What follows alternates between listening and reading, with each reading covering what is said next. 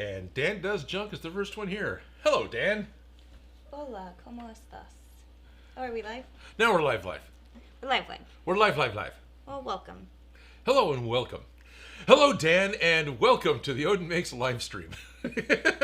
Someone else is probably here now, too. No, not necessarily yet, but it's all good. Yes, we do.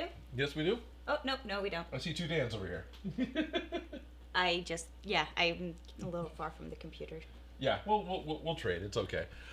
But for all of you in the future, bless your hearts for, well, we talked like my grandmother there for a minute. Bless your little hearts. For watching this replay later on in the future, knowing that I'm not talking to you live, but I'm talking to you live for you. Hello, hi, my name is Odin. Hi, I'm Felicia. And today we're doing another little live stream. We're going to talk about Ghostbuster Proton Packs. We're going to open up a package I got from Etsy. Going to show off my new phone stand that just got talked about. And actually, I have a really fun 3D scanner toy that might help us with the PKE meter in the future. Is that the one that we talked about using for the dress forms? Yes. It is 100% what we talked about using for the dress forms, but I was trying to spin it to make it work with the Proton Packs. I love it. Well, there's a million uses for those things. I'm just like my own personal selfish reasons. Not a problem. And I have no problem doing exactly that with doing dress forms with it and everything else. So what do we want to jump into? I don't know. We haven't... Last week we had lasers. No sharks, but lasers. No sharks. No sharks, but lasers, yes. And we kind of got stuff done, but we also burnt some stuff. We burnt stuff. In all honesty, I haven't touched it since. I know, because I haven't either. Yeah, okay, good. Oh, thank you. There's no expectations. So yeah, we did do lasers. We got the motherboard starting to cut. Realized I had cut corners when making the cut file for the motherboards.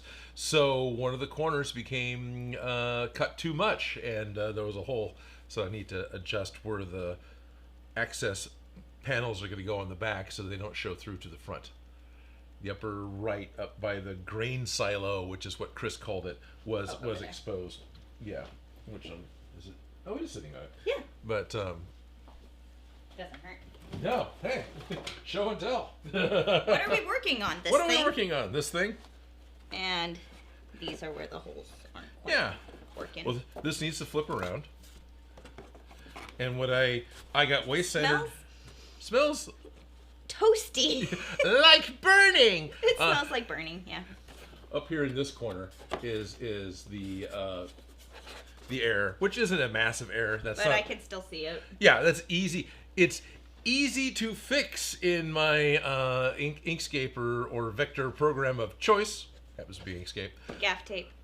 Gaff tape would totally fix it too. If we didn't have time, gaff tape would be totally the fix. But we've been dragging this thing out for 2.5 years, or 3 years, or 5 years, or like if we wanted it to be finished, it would. But obviously, we've been dragging our feet on it. We've been dragging our feet on it, yeah. That's a funny thing because that's in the back of my head. If we had to finish it overnight, we could. Yeah, no. If we had to have it ready for tomorrow, we could totally crunch it and have it camera ready for tomorrow. If somebody lights a fire under our asses, we get shit done. We can, yeah. I've seen things happen, we made things happen. So, in my head, I'm like, yeah, it's pretty much, even though it's not. Basically, yeah. No, totally. How many times did... You would do more work for SMOSH than I did because you would go to the meetings. I couldn't because I had a day job, and even when I didn't have a day job, I refused to go. But you would go to the meetings. Let me just be honest. No, I know, but I wasn't the reason we had those meetings because I'm like, I am so tired of the miscommunication. What do you want from me? You were the reason, or? Yeah. Oh, okay, good. Yeah. I said I needed these meetings so that we could know what's happening. Gotcha. Because as opposed to just showing up, here's what I thought we were, here's my interpretation of everything. More than one occasion. Exactly. Okay. And also the overlap of when we didn't communicate, like, oh, I thought that was a prop. I thought that was a costume, Right, because I had to show up to the meetings because I was the reason we had the meetings because I didn't like the miscommunication. So I was like, can we just all, talk? I'm getting a hand signal that something is cut off. Not sure what it is. I need to go ask. Okay. Sorry, go ahead and let them know about the meetings. I don't know. We had meetings. We figured things out. You never showed up. What can I say? Morning, Shop Gremlin, and hello everybody, the whole 2 viewers here. Welcome, and welcome all future people who are here. I am just kind of talking to the camera because we were mid talking about these weird meetings and how we did lots of work, and then he walked off. But we're supposed to be working on Proton Packs today. That's the goal. But ha ha ha, now I have my box over here. I could be tall. But so what was the hand signal? Are we chopped off at the head? That's what the hand signal was. The hand signal was this. There was concern about this, and I'm looking at it going, I don't understand. And I look at the image and look back. First thing came to mind, and I had fixed this just before we started streaming, was that I had the camera zoomed in too close and we're cutting off the tops of our heads, or we didn't have enough headroom in the shot. Headroom is this empty space between the top of the head. And I made a joke going, I just wasn't in the right headspace. Ha ha ha, and we went Exactly. And all that happened well before we clicked streaming, I think. Yeah.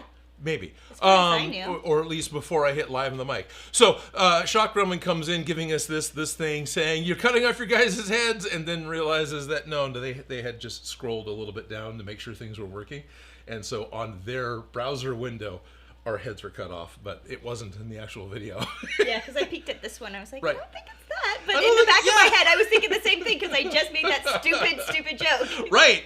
So thank you very much, Shock Gremlin, for temporally seeing a problem that was already solved. Appreciate that. Yes. Or is it this? Whichever. I don't know. Supposedly, it's some sort of military thing. The Americans shade their eyes because of egos or something. There's more to it, but let's boil it down. I was just thinking of the Boy Scouts. Oh, okay, there's the Boy Scouts. Yeah. Like, that's what I think of because all my brothers are Boy Scouts, but then I used to just make fun of them. But I'm like, oh yeah, that is military.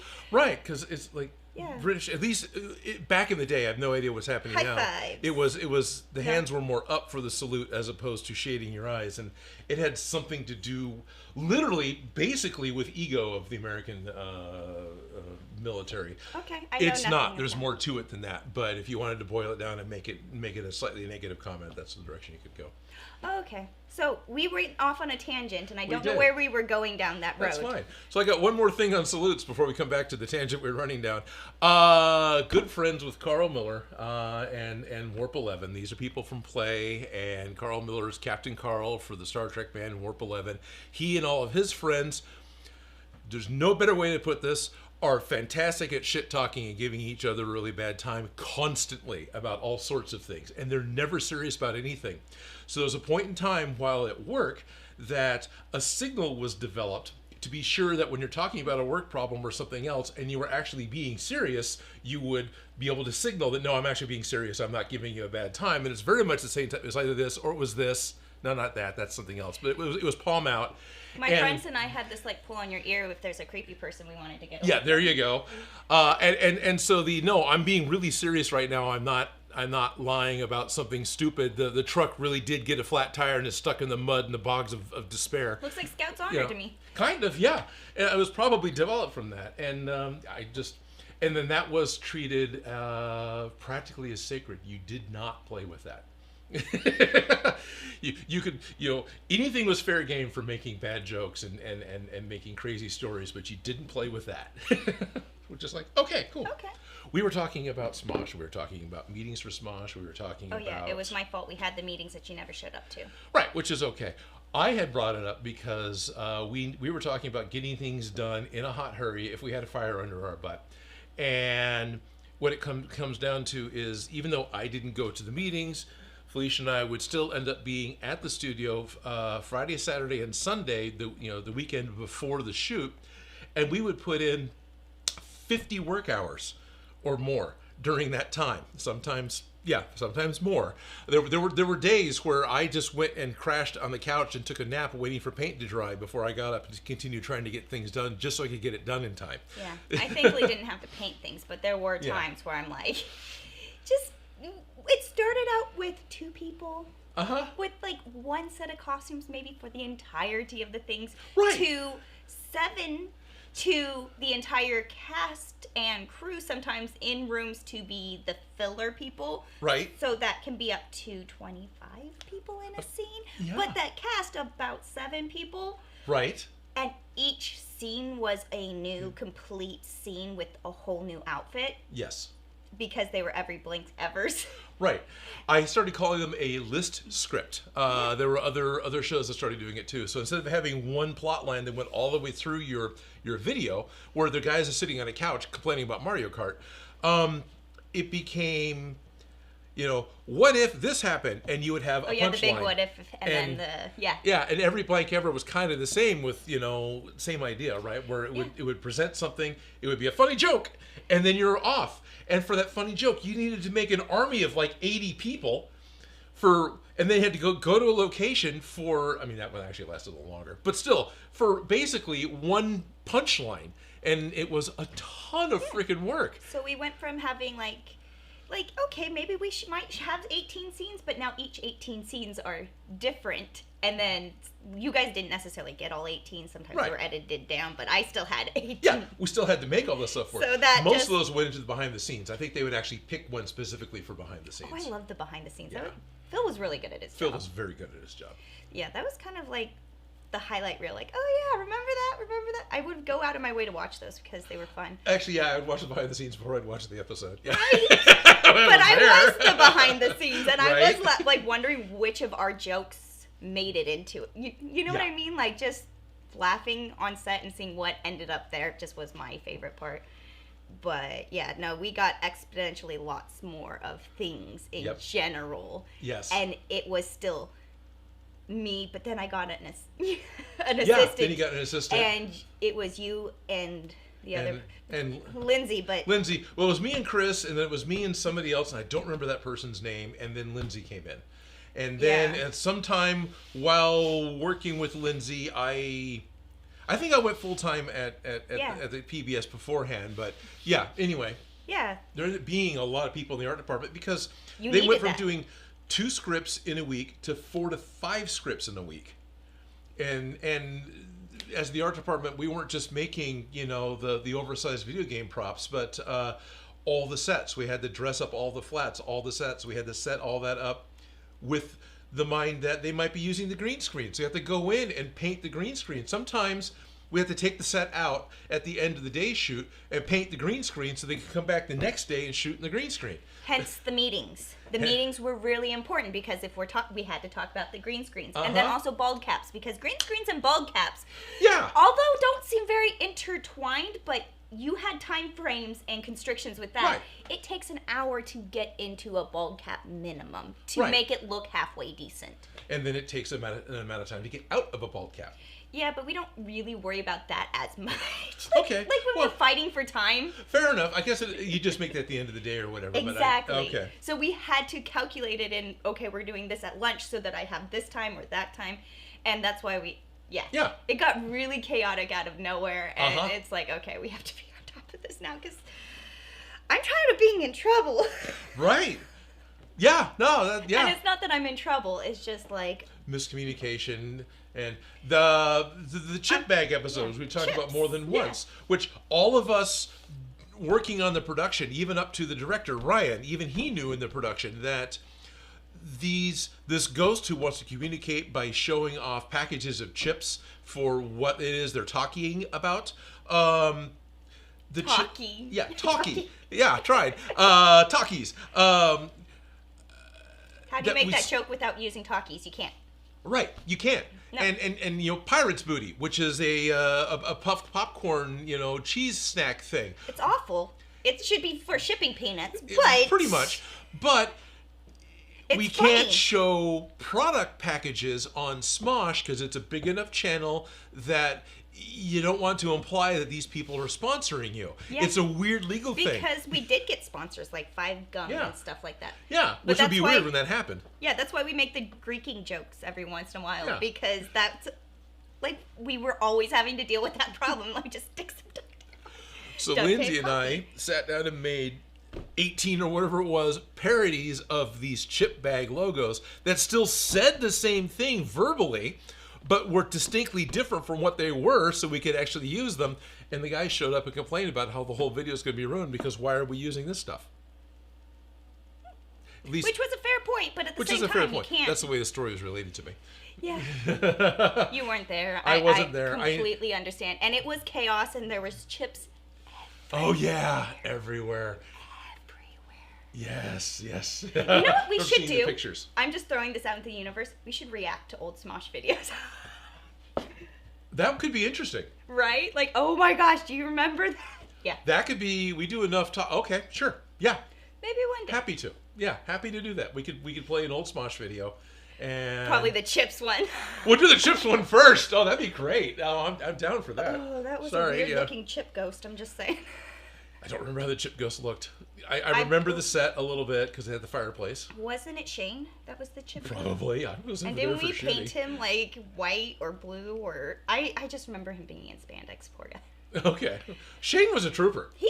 Oh, I loved working with him. Yeah. Sometimes, like, I'd have a few things for him to choose and be like, all right, which one's your character? Okay. You know, because he would be like, all right, I'm feeling this. I liked working with him as an actor. You know, I don't know. I liked working with all of them, but I absolutely loved working with Shane. Okay.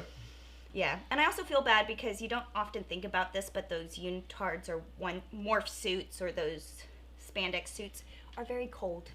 Yes, they are very cold. They're very cold, and even though everybody else is comfortable, whoever's in those suits are either freezing their butts off or sweating their butts off. There's pretty much hardly any between because you're wearing plastic.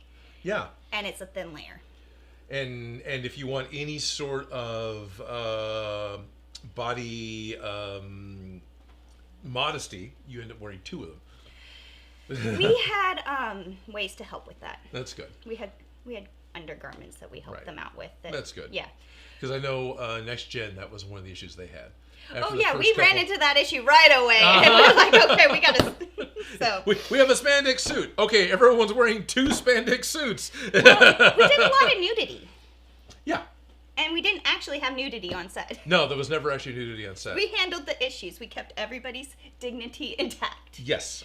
And it wasn't awkward. And it was actually done with respect. I remember being there for one of the ones with trying to make a joke about doing Black Widow's costume will be CG'd later. So on set, the Scarlett Johansson character was naked.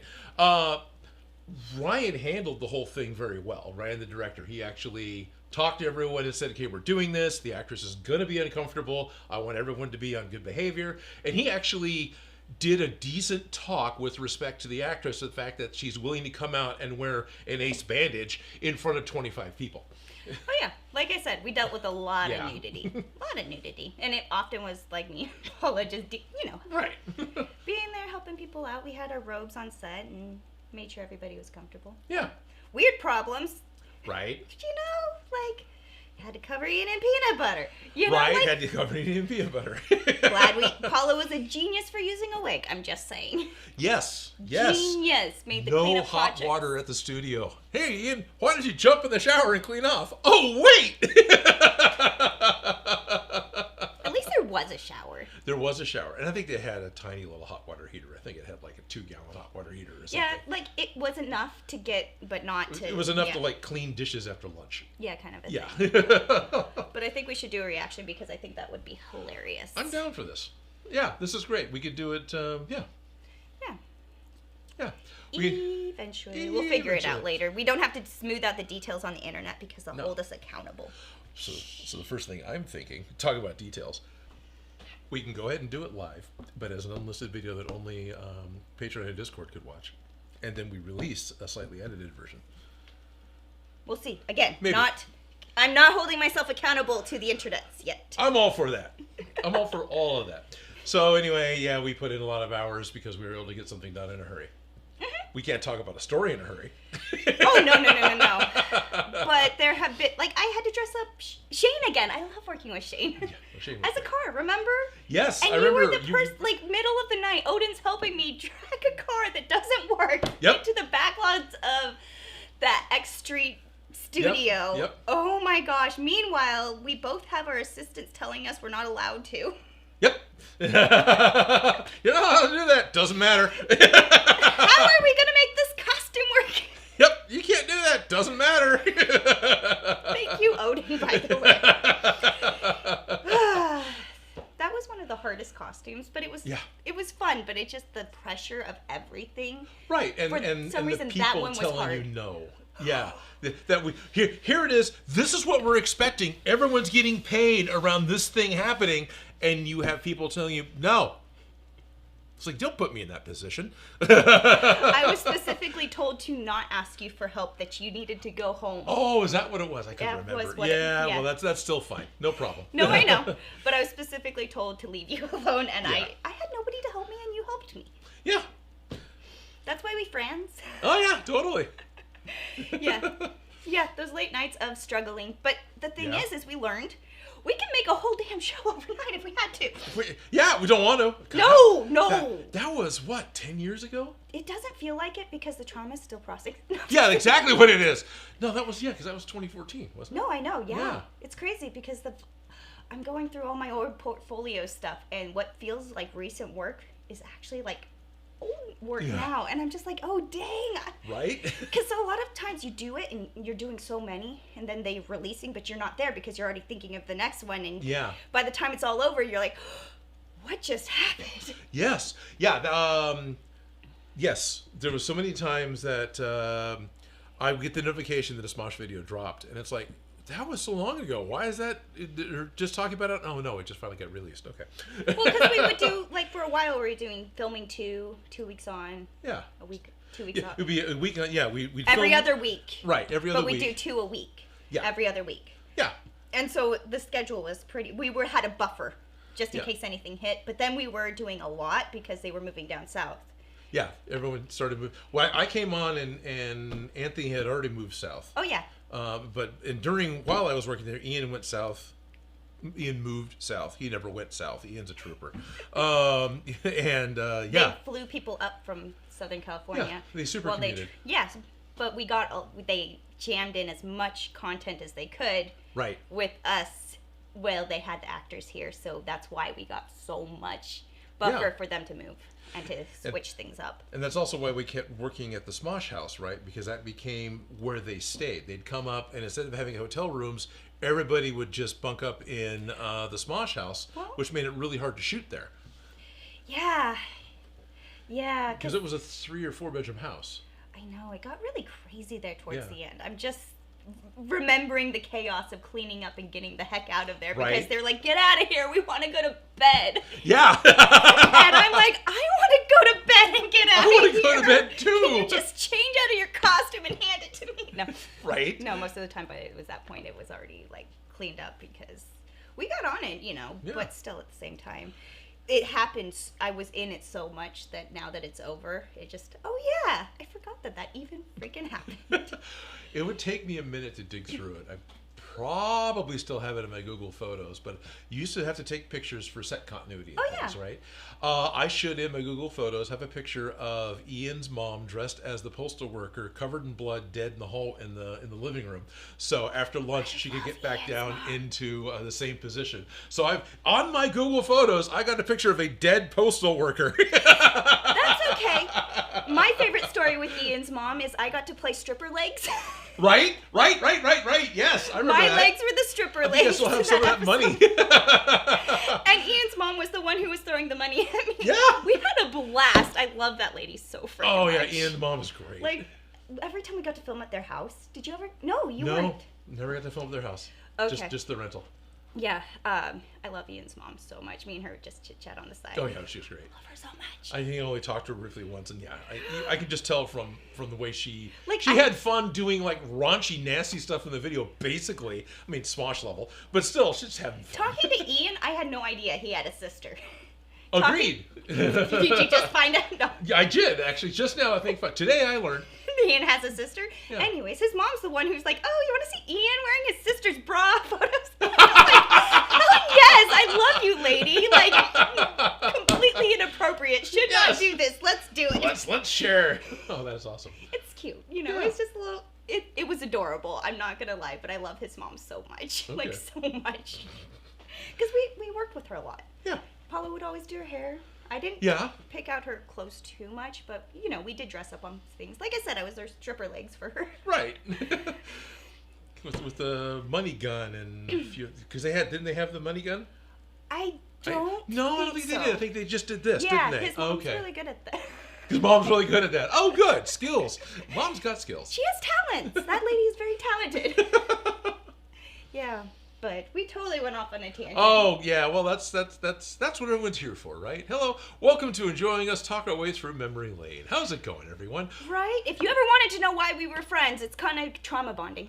It's 100% trauma bonding. Yeah. 100% trauma bonding. Yep. And our ADHD, self-diagnosed spastic breed. Yeah, our alphabet behavior. soup issues, yes. Yeah. But we make things happen. We've made some really cool shit. Yeah. I liked your grass wheel. Thank you.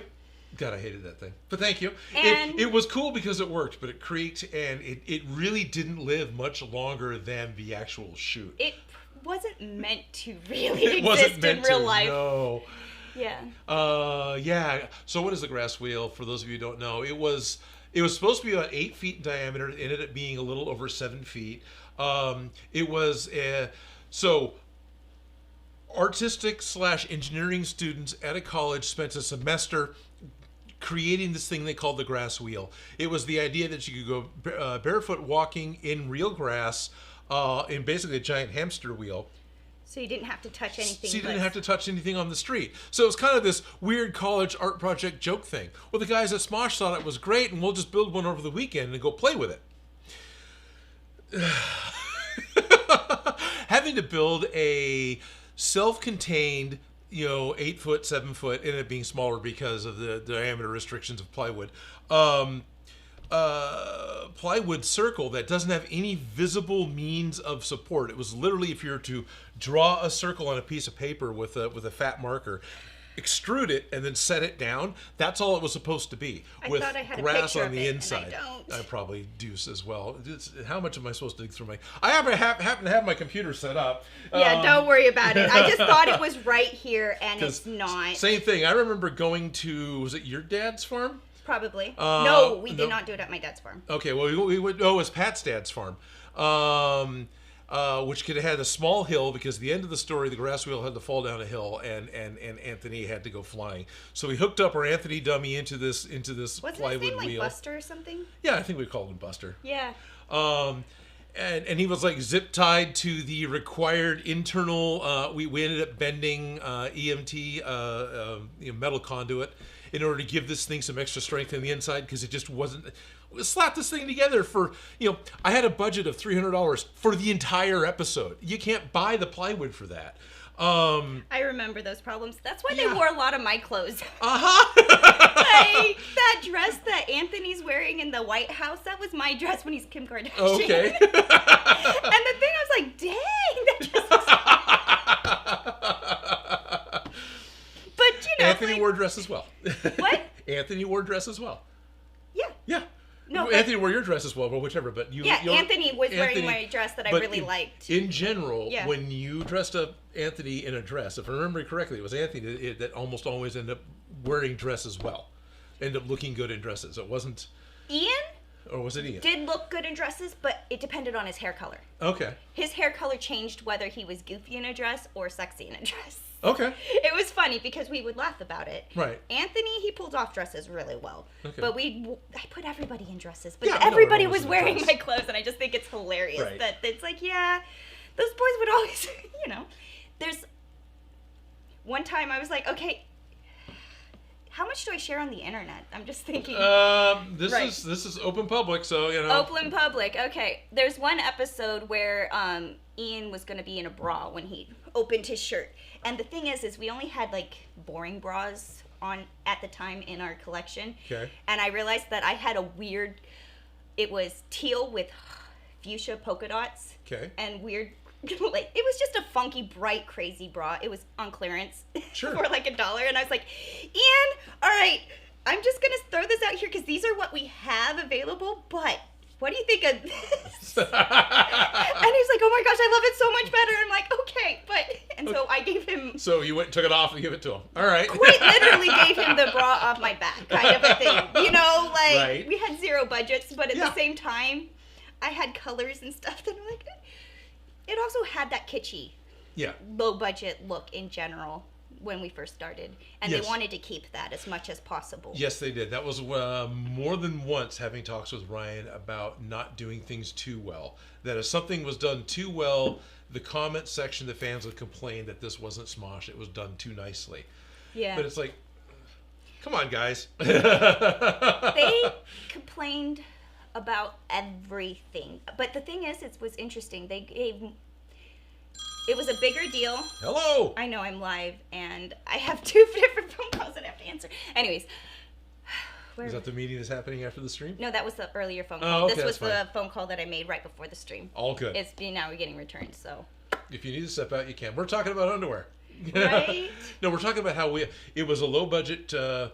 It was always...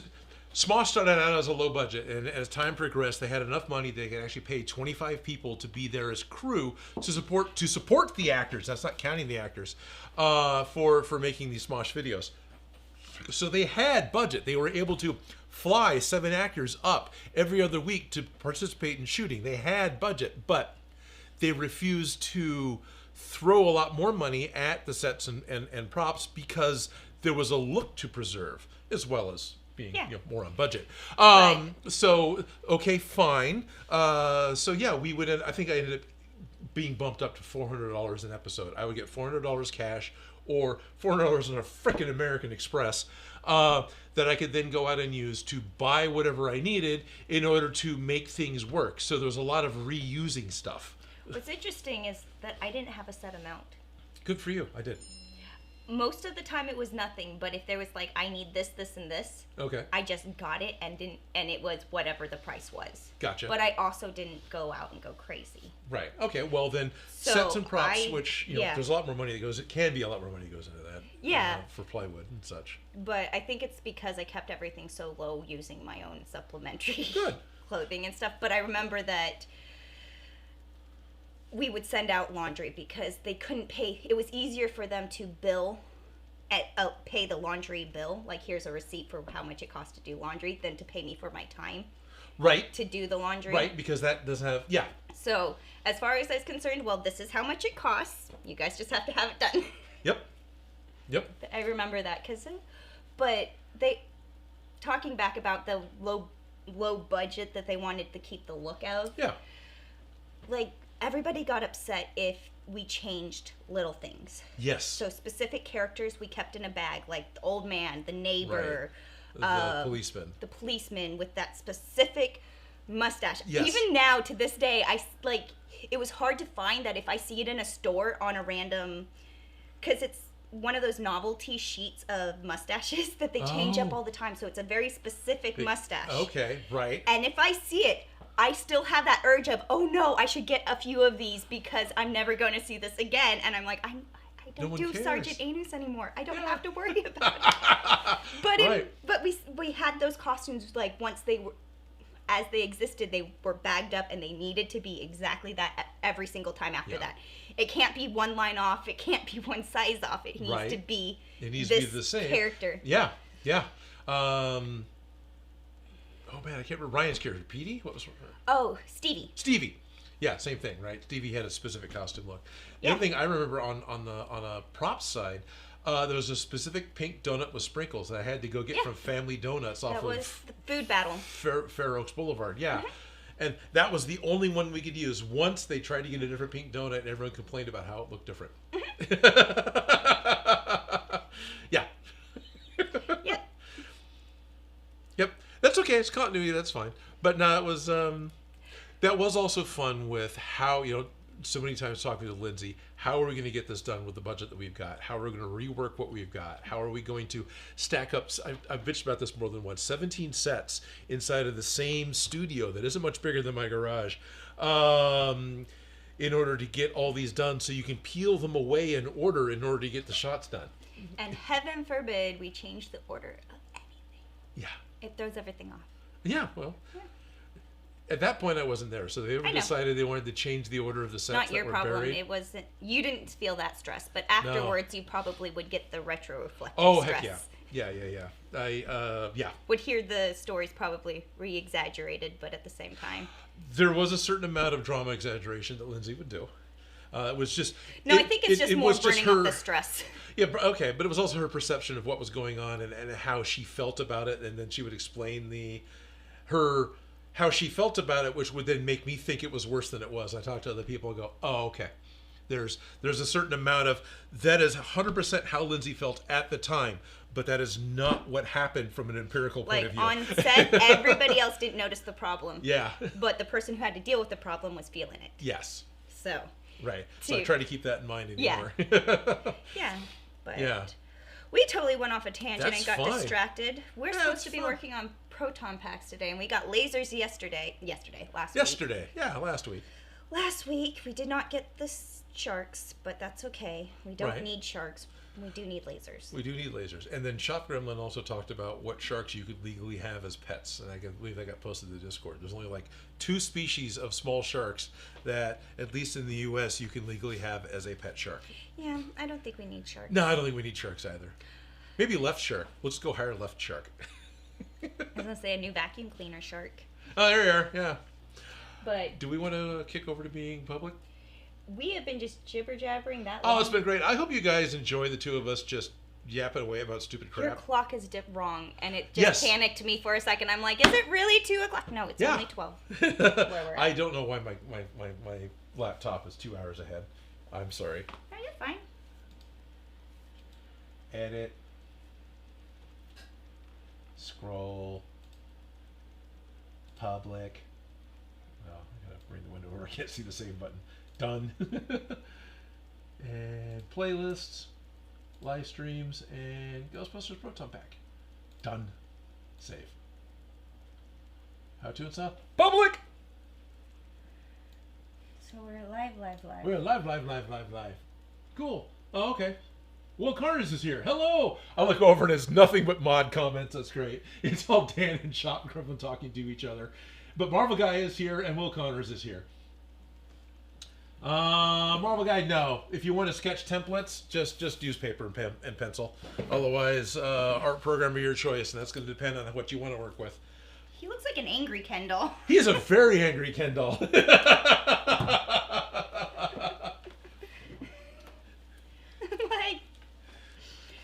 I think my Barbies would be afraid of that Ken doll. Too. Yeah. Can you see him? Yeah, you can kind of see him. He looks so angry. Let's walk around and get... it's going to wiggle a minute because I'm going to do the zoom thing on it. This is... Camera. He is very angry. So this guy is... let me just put black behind him because that's going to make him stand out. 21st century toys. So like 20 years ago, 1/6 scale action figures became a huge thing, and that particular guy... Yep. Unfortunately, focal plane or whatever's the thing. He was just one of the bad guys made for this, or I don't think he was a policeman. I'm pretty sure he was like a bad guy. Generic military dude with an angry, he looks like an angry face. Arnold Schwarzenegger. Oh well, thankfully I'm actually wearing jeans today and not like my pajamas with little cute hearts on them or anything. So yeah. We were playing with, we got some of those mini kit things that came with little toys. They always look like they're 1/12 scale, so I dug to find, or 1/6 scale. Okay. So I went to go find a 1/6 scale figure, and no, most of the toys are, not right. Because they're just made to be what they're made to be. Hello, we just went public. God, I wish. Well, we went live. Yeah, we went live. Going public with... stock options would be so great.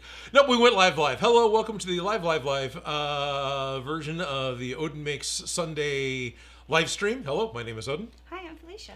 And today we were going to be talking about Proton Packs, but for the past 40 minutes while we've been doing the exclusive portion for our Discord members, we've been talking about SMOSH.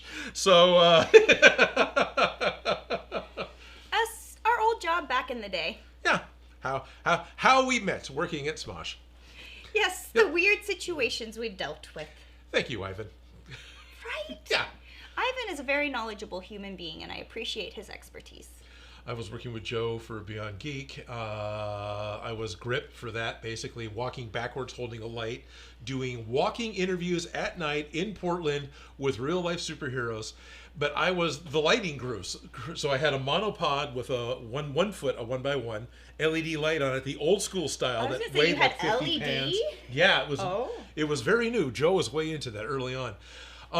And so I'm holding this thing and walking backwards, and Ivan's watching me do this for 2 or 3 days and laugh about it and whatever else, because I'm having fun. I don't care. I'm getting paid. And so he says, well, do you want to come down and work at SMOSH? Because we need grip people, and he liked my attitude. And I think I was a grip for SMOSH for a month. It was a particular episode where they were playing with a firework prop that Chris had made, and had to swap out the prop, or worse, Chris only made one, and then everyone had to freeze while he went and cut it up really quick to make it look like it had exploded.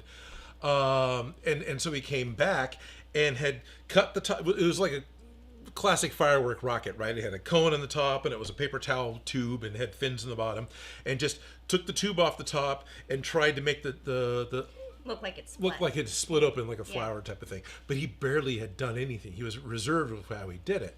Yeah. And Ryan was like, and then for whatever reason, Ryan looks at me and starts talking about what he wants. Like, okay. So I go and do it and slap some black paint on it really quick and come back. And then Ryan wanted to complain about how I didn't put it exactly in the same spot.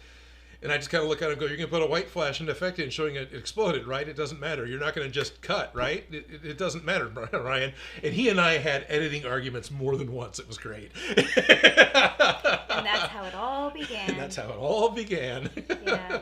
For me, Paula came into the costume shop I was working at. That's right. That's right. And she hated working with James because James does not like anime characters or... Right. James isn't into properties. He isn't into big things. Yeah. He will help you get a costume, the general idea and stuff like that. Yeah. And Paula and I just vibed really well. And right. so she's like, Felicia, let's go. I need help. Yeah. I was doing their costumes before I was ever actually doing their costumes, because Paula would have to come in and she'd give me a list, and I'd be like, all right, I'll be right back. Let me see what I can do. Yep. And come out and here's your outfits and stuff like that. And so the first time that she got to have help, she called me up. She called me and this other lady up. I think she had 3 assistants. One ended up not being able to come at all. Then there was Jackie and me. Right. Yeah. Jackie's very talented. Yes. Appreciate her. Yes. And they brought me in to just be extra hands on the Tomahawk Chop video. Oh, wow. So that was my very first SMOSH video. Okay. And Paula could not do costumes and makeup and everything because it just was too much. This is the Assassin's Creed Tomahawk Chop with everything was colonial American. They brought up, because they got money from the game, right? So they brought up, first time they had a budget, since they could hire me. So that's why we did it. Because we were still using elements of those sets, when I was there. We chucked some elements of those sets in the bin when SMOSH moved to Southern California. When I came on is right when they bought the studio. Not bought, but started moved renting into the studio. Oh, okay. So they had only been at the SMOSH house, but when I came on, gotcha. They had the 1 billion views celebration. Okay, right. So it was with Tomahawk cake. Chop, okay. and then it was the 1 billion views. And so I came in right as they were coming. Okay. Good and for you. So Paula asked me to help with that, and I ended up doing the whole costumes. Like, it wasn't like, oh, I'm just the assistant. And I picked out all the colonial outfits. Right. I was personally dressing everybody and then sending them to her to get hair, makeup, and wig. Because she's really... Yeah, we work really well together. Yeah. Paula and I love each other. And Paula's great. Yeah. I love that they made fun of her on this SMOSH episode. Anyways. But, so, we came on and did that. And so, by the next year, I was doing the Assassin's Creed music video and doing all the costumes and stuff like that with, as the costumer. Right. And that next one, was that the pirate one? Yeah. Okay. Yeah. And that happened, I think, just before I came on. Yeah. Okay. So I came in for that, and then they asked me to be a PA. So I was coming in and being a PA. Okay. PA meaning production assistant, and for them it meant doing anything and everything that needs to be happening. Generally speaking, that's what happens. Yeah. PA is give them anything. Yeah. Yeah. They're getting paid peanuts. Make them work hard for it. Mm-hmm. Yeah. Oh, I did everything, and then but that's how I started out, was as a PA, and then eventually I was just doing all the wardrobe, and because that became a huge job as opposed to just a little bloop in part of my job description, if that makes sense. That does. But yeah, I got in because of Paula. Okay. And then they just realized that they needed me. Yeah, and you just stayed there, and you bounced around a lot too. You weren't just costumes. You did other art department stuff a little bit as well, didn't you? Or Lindsay and I were friends, so I helped her with a lot of stuff, and there's a lot of overlap. Early on. Oh, early on? Yeah, no, I just really got along well with all the art department and being a PA. Oh, okay. PAs do everything. That's where that came from. And so as the PA, I did everything. I fed everybody, made sure that we had all the stuff. If there were extra hands on set, that was me. Okay. I was stripper legs. You know what I mean? Right. Like, it just, as a PA, I did everything. Yes, world famous left arm. Yes, my left arm is in everything. You know what I mean? Like, Yeah. I did a lot. And then it was really easy to go, okay, now... I'm just working on the clothes right now, okay? Yeah. This is a lot.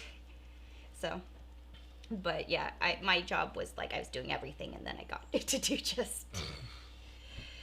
You know, it exploded. Yes, it did. And it Very started much so. small. I'm going to say hi to people because I've Please been completely ignoring their comments. Okay, please do. So, if we go all the way to where we started going live, we got Ace saying, greetings all, Stephen Hall, Merry Christmas, Odin and Felicia. Merry Christmas, Stephen Hall. Ace saying, hi, DDJ. And Schultz Division cannot stay long. Well, thank you for popping in, Schultz Division. Adventures of Alex Stoner saying, hey, how you been? Bryce New saying, hey, Odin and Felicia, chat. Excuse me. Sorry I haven't been around lately. I've been in the hospital last 2 months with a broken elbow. Can't do much in a wheelchair with the use of one good arm. Whew. Well, I hope you're doing much better. So there must be more going on than just a broken elbow if you're in a wheelchair. But yeah, I hope you're doing much better. That's. Yeah. Smash Up Mashup says, Odin, I love your hair. Odin, I also... You seen Sonic the Hedgehog 3? I haven't seen Sonic the Hedgehog 1. I saw that one. It was good. It was good? I liked it. Cool. The only Sonic I've seen was the meme Sonic, you know, the Chip and Dale Rescue Rangers movie, where they had the old human teeth Sonic. Okay. He appeared in that movie. Okay, so that's the closest you've... Yeah, that's the only... I actually liked it, but the thing is the one guy was just a really bad actor, and I felt really bad that he just threw me out of it. Like, gotcha. Like, Jim Carrey is Mr. Roboto, or whatever. Yeah. Amazing. I loved it. Okay. I liked the hedgehog. I just did not like the... You didn't like the human character person. Or, he just... Whatever. Yeah, okay. Yeah, he did not feel like he was acting with the hedgehog. He just really felt like he was in a, like, not... You know, like... He filmed his scenes separately. Yeah. I'm by myself reciting stuff, I guess. Okay. I'm talking to myself. It sounds like, you know... I don't know. He wasn't believable. That's the only problem that I have with the movie, and I feel bad saying that, but it's... He was the worst part, but other than that, I liked the movie. But I am really glad to hear that, even with the third Sonic movie, that all of them have been good, that somehow... Saying somehow is really mean, but the Sonic movies have ended up being all really good and all a lot of fun to see. And I'm actually very behind on seeing movies. Right? It's so much to catch up on. Okay, let's see. We have Adventures of Alex Stoner. Hi, Felicia. How are you? Merry Christmas to you both. Ralph Mork. Hello. I was not paying attention or would have been here a lot earlier. LOL. All good, Ralph. Hello, New Ralph. Blues. Yes, Blues. You are live. Yes. Ralph Mork. Hello, all. Schultz Division. Smash the like button, folks. Sean Reacts saying, hello, Odin. Hello, Sean Reacts. Edward Addington. Odin, do you still have your Godzilla costume? Oh, heck yeah. Mecha Godzilla. Yes, I do. I'll be bringing that out and setting it up for SAC Anime in just 2 weeks. Nick Turnberry says, Christmas tree package and celebration cone. We have Christmas tree motifs behind us. Yes. Well, it is the holidays, so happy holidays, everybody. Are you guys ready for Christmas? Because I'm not. Yeah, I'm not really either. I've been spending a lot of time working on Christmas stuff, though. Shop Roman and I, over the past few years, have done Lego Advent calendars where we would just open up a couple of Lego calendars, look at the day, little mini Lego kit, and decide which one's cooler and have a friendly competition on Discord with pictures. This year, it was like, well, let's try and just do the whole thing live. It'll be fun. And, but instead of doing Lego, opened up tons of blind bag toys. And, yeah. So they're all shot. I've still got 2 more days to finish editing. I've been basically taking effectively live to tape. We just run the whole thing through, and then I go back and watch it. And I cut some things out and cut to camera angles and try to make them more of a decent size. Most of them are half an hour long. Daily videos, half an hour long. But these are being done strictly as unlisted videos. They are a Patreon and Discord perk. So if you want to see what's going to end up becoming 25 extra episodes of Shock Roman and I looking at Make It mini toys and blind bag, game characters, then please check out patreon.com/Odin Makes, and it's really easy to find. You just got to sign up on Patreon, and you can find the links. But support is appreciated.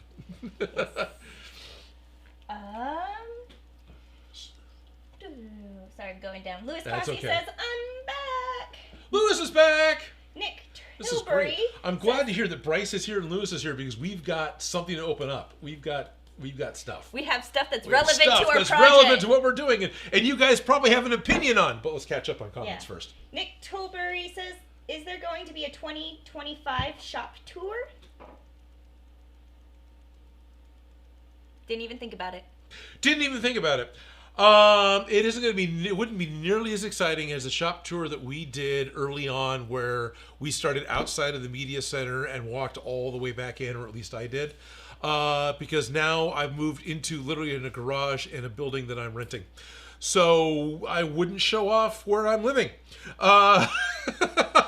But I love that you replicated the old shop. Yes, I replicated the old shop. Down to the shade of gray. Yes, down to the same shade of gray. I actually measured and then messed up my measurements, but we're all much happier with the height. He could have upgraded. He could have made a whole new set, but chose to, in his heart of hearts, replicate it down to the very last gritty detail because that's how he works. Yeah, that's my comfort zone. I like imitating.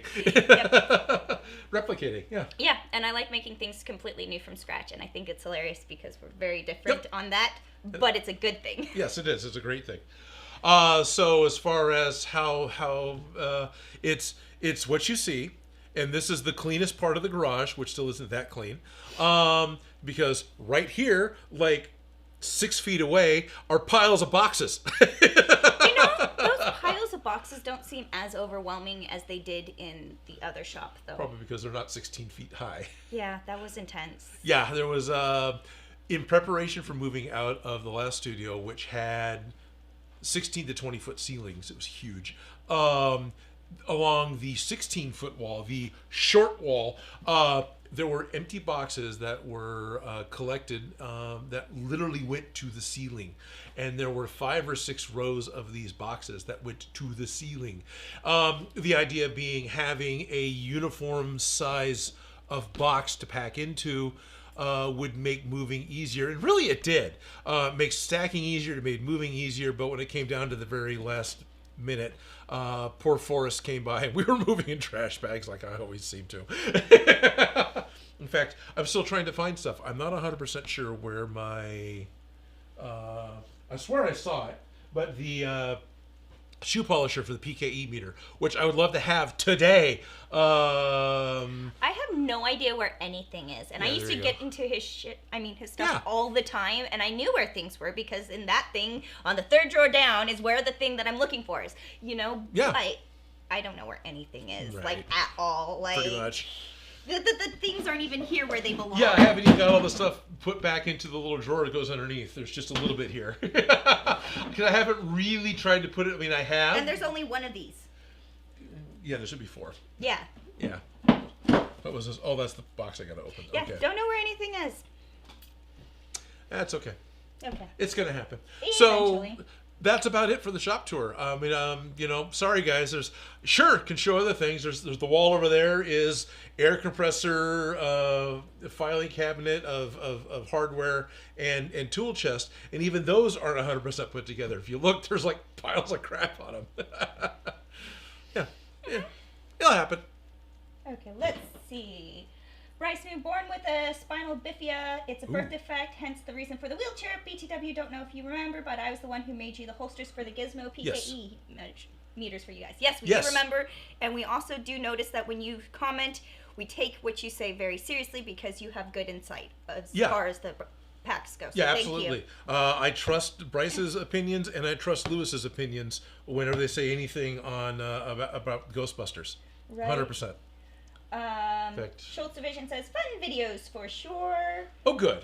Jaman Fett cosplay. Hey, Odin, long time. Hello, Jaman Fett.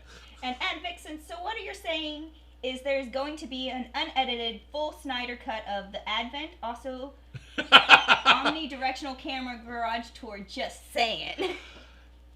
Okay, so no. I hear you. That would be interesting. I don't know if I have a way of setting up so you could see all 5 cameras at the same time. But with that in mind, what are you going to see? We've got this cut, we've got that, which is my arm because it's still on super zoom, and we have this camera, and that's it. Because the other camera is actually my computer in case I want to show something off, but I'm not really set up for that. So those are what the cameras will see. You're not going to see the entirety of the studio. The harsh reality is the amount of time and the fact that I actually had 6 cameras rolling for the Advent calendar. The hard drive space didn't exist. And at this point, day 1 through 12, the RAW no longer exists. I had to delete it to make space to bring in more days to be able to finish everything up because we're Just recording make a playlist. Yeah, well, I've got a playlist of the finished videos. But Watch the playlist and just ignore just pretend it's an ad break. Right, exactly. There you go. There's your Schneider cut. There's your Snyder cut. Yeah, basically. So there is no extra anywhere because once I'm done with day 25, all the raw footage is going to be deleted. It's that doesn't normally happen, but in this case, there's just too much. Oh my gosh, you're not hoarding data? I'm not hoarding my data. Yeah. No, I appreciate it. It's a lot of data. It's a lot of data. A lot of data. And when the channel was young, I referenced old stuff. I would reference old footage. I reused like bandsaw footage and stuff. I actually did do that because it made sense. And so I started the habit of hoarding data. Time progresses. I don't do that. I hardly ever reference my hoarded data. So at what point do I stop hoarding data? Well, now you have to go take your data hoard and Yeah. re-edit it so we can have new versions of old Which stuff. I can do, actually. And a lot of the old videos are only like 7 minutes long. I could totally re-edit some of those old videos and make them longer because, yeah, I do still have the footage. I've got all the original footage still. Not saying that people wouldn't be interested in it. Just saying. It's not that it's, Not my work. I'm Yeah, not an exactly. editor. The editing usually isn't the hard part. It's the writing. For me, the hardest thing to sit down and do for my process is the thing that only I can do, which is, watch the footage and type out what it is that I want to say on screen. And that is my process for writing. I watch the camera angle you see right now. I just scrub through it on the timeline. I don't watch it. And then write up what the steps were.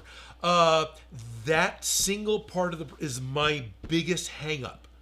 Once I actually get into editing, that's an old hat, and I still kind of enjoy it, and I still can, it takes a moment to get into the flow, but once I do, a couple hours go by and I've got something done.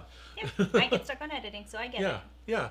I could totally go back and redo the Matrix of Leadership, the portal gun, the right-handed doom, things that I know I kind of went through quickly that could have more screen time. I got to find the drives, and I got to sit down and write, and I just and then what is it? Odin Remakes? Sorry. No, I'm just saying you have the stuff. I have the stuff. You're Why not do wrong. you have it? You're not wrong. But also, it's not my problem. Not my son. Yeah, It's exactly. not my monkey. So Right. let's see.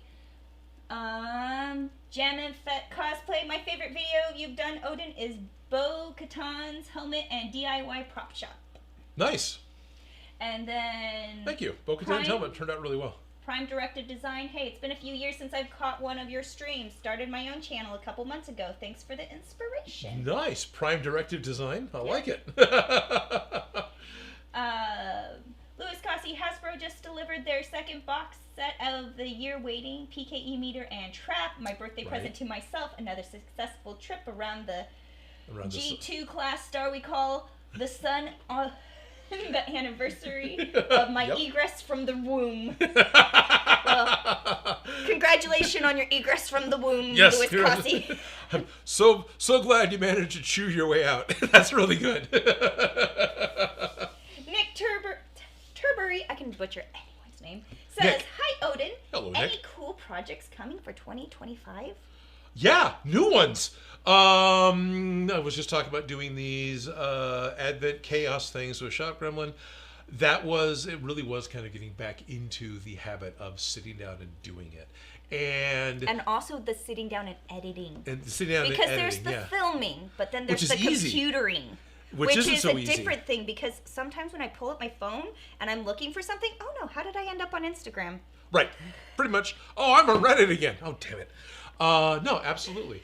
I've been enjoying it. Now I am cutting live down, which I'm like, okay, do I want to maybe start going more that route where I'm not having to type as much? I think I still want to type.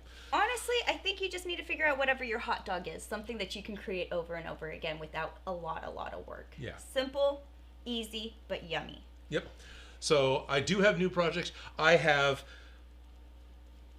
probably a couple of handfuls of never edit land projects, but there are 2 or 3 things that I've been thinking about that I want to do, just to get going in the new year and just to have things started. I wanted to have videos out and going last month. I really did. But the set didn't really get going until last month, I think. And now this month, it's been this Advent Chaos. It's been daily, because daily videos, to try and get them done. There's no way I could do builds like that, because builds take too long. Because it's not just unwrapping a silly little present and smack talking it. So, no, I want to do that. I want to get new projects going. Yeah, I need to switch up the way I do things too, because I think I'm going to be switching up from doing live streams, not so much, and doing more edited content and stuff. So I don't know what I'm going to be doing next year. Okay. Yeah. Right. Well, your issue on isn't my channel. And your issue isn't the production of it; it's the editing. So if you were to do it live to tape, which is what we used to do for a couple of shows at the PPS station, that isn't necessarily going to solve your problem, because it's the editing. Well, the thing is like I actually have the right editing software now this year. Oh, okay. Congratulations. I invested in that because Nice. it's easier when you have good software. It is. The right tool for the job makes the job significantly easier. Yes, it does. But not having the right tool for the job is not going to stop me. Never has, never will. Nope. But There are multiple free edit programs. A lot of them are really good, but none of them work the way I'm used to working with. I'm using Adobe's products, so I use Adobe Premiere, and I have for 15 years, and that's not going to change. It's the work processing. It is the muscle memory, just getting it down and getting the... Yeah, I literally went from Final Cut 7 to Adobe Premiere. Final Cut 10 is out. I went from 7 to Adobe Premiere. Actually, I think for the 10 was the last new one out when I last looked. I think it's just like whatever's the current one, because it's a subscription base now. Basically, yeah, that's what's happening with it's like Photoshop 25 point whatever. They went from calling it versions to, I think, just calling it the year. I still am slowly less affording it more every year. Just saying. Yep, and my subscription's coming up. I got 3 months to figure out how the hell I'm going to pay for that, because I pay for it annually. Which, honestly, I'm glad I do, even though Chakra helped last time. I'm glad I do, because I don't think I'd be able to manage the monthly. Right, it's anyways, not any cheaper. The like right to the tool penny. helps. Yeah. So, it makes sense. Other things, I know DaVinci Resolve apparently has gotten much better and can handle other formats. When I first started Odin Makes, Blackmagic's DaVinci Resolve was a free editing software that was bundled with their color correction software, but it only wanted to work with a proprietary format. So I'd have to take all 5 camera angles and reformat them into an even larger file size, just so the free program could read it. Went, yeah, well, that's not going to happen. Right. I have been using OBS and doing it as if it's a live show and kind of editing as I'm going. Okay. And then just taking that and chopping it down. But I don't know what my process will be, but I now have the right tools to make the job easier. So all good. We'll see what happens within this next year. It should be interesting things. Yeah. It's not going to be the same no matter what. This next year is going to be different. Yes, it's going to be different. I am genuinely looking forward to getting going on projects again. Honestly, I've been looking forward to it, been thinking about it. And there's at least one project I want to revisit and redo. Nice. Yeah. I am already swamped, like, over my head in the amount of giant projects that I'm currently doing. Okay. And it's not that they're filmable, but it's just like none of them are going to be filmed because it's just, I have a wedding. Right, those types of projects. Yeah. You can't monetize somebody else's wedding. They're not going to appreciate that. Yeah. Not that, but, you know, like, it's more like, let me put my time and attention there. Like, I have that to handle. I have just a lot. Like, a lot of weird fun projects. Again, not necessarily when your life is creative. Uh-huh. It's not normal, I'm just saying. No, it's not normal. So we'll see what this next year holds, but it definitely will be a weird year. Yep. Yeah. One of the weird things we're working on, weird, that's not very nice. One of the things that we're working on is doing a fundraiser for Shop Gremlin, and they are making soaps and candles and 3D printed critters, and currently this weekend and early next week setting up a 4-color silk screening process to make gift bags and potentially t-shirts, but actually make them ourselves. So Odin Makes. Yeah, Odin Makes. Because I talked about Cryptozoa and I talked about doing stuff with Julian. Still totally happy to do that. Haven't talked to him since the last con. Just never connected, which is totally cool because he's doing his own thing and probably totally swamped. So we're working on maybe doing that. So Odin Makes merch. Yeah, Odin Makes merch. Exactly. It's Odin made. So I'm more and more and more living in a maker space, and that's pretty cool. Isn't that the goals? Yeah, it is. Honestly, totally the goal. I've seen you go from some of the downest to swinging back up, and I very much appreciate from an outside perspective who has no vested interest. I think you're doing very well for yourself, and I'm excited to see where you're going to be going, especially with the way things have been changing in here. Okay, thank you. Hello, Internet. Hello, Internet, yes. But appreciate that, yes. Yeah, I appreciate that. Thank you. Yeah, there was. J Minfet cosplay. Will there be new tutorials in 2025? It's been a while, and I miss seeing you, buddy. Yep. I have an idea for a prop. Okay. Mandalorian wrestler pistols from the Clone Wars and Rebels. Felicia, how you say my name is J, and then the letter man and J-Man, so it's J-Man Fett J-Man cosplay. Fett. I heard Mandalorian wrestler pistols, and I'm trying to think. WWE pistols? Oh, no. We-Star. I did say wrestler. I did say wrestler. You did say wrestler, but it's wrestler. We-Star. We-Star? Oh, okay, We-Star. W-E-S-T-A-R. Oh, okay. I was even thinking Vance Cobb for a wrestler type. But okay. Yeah.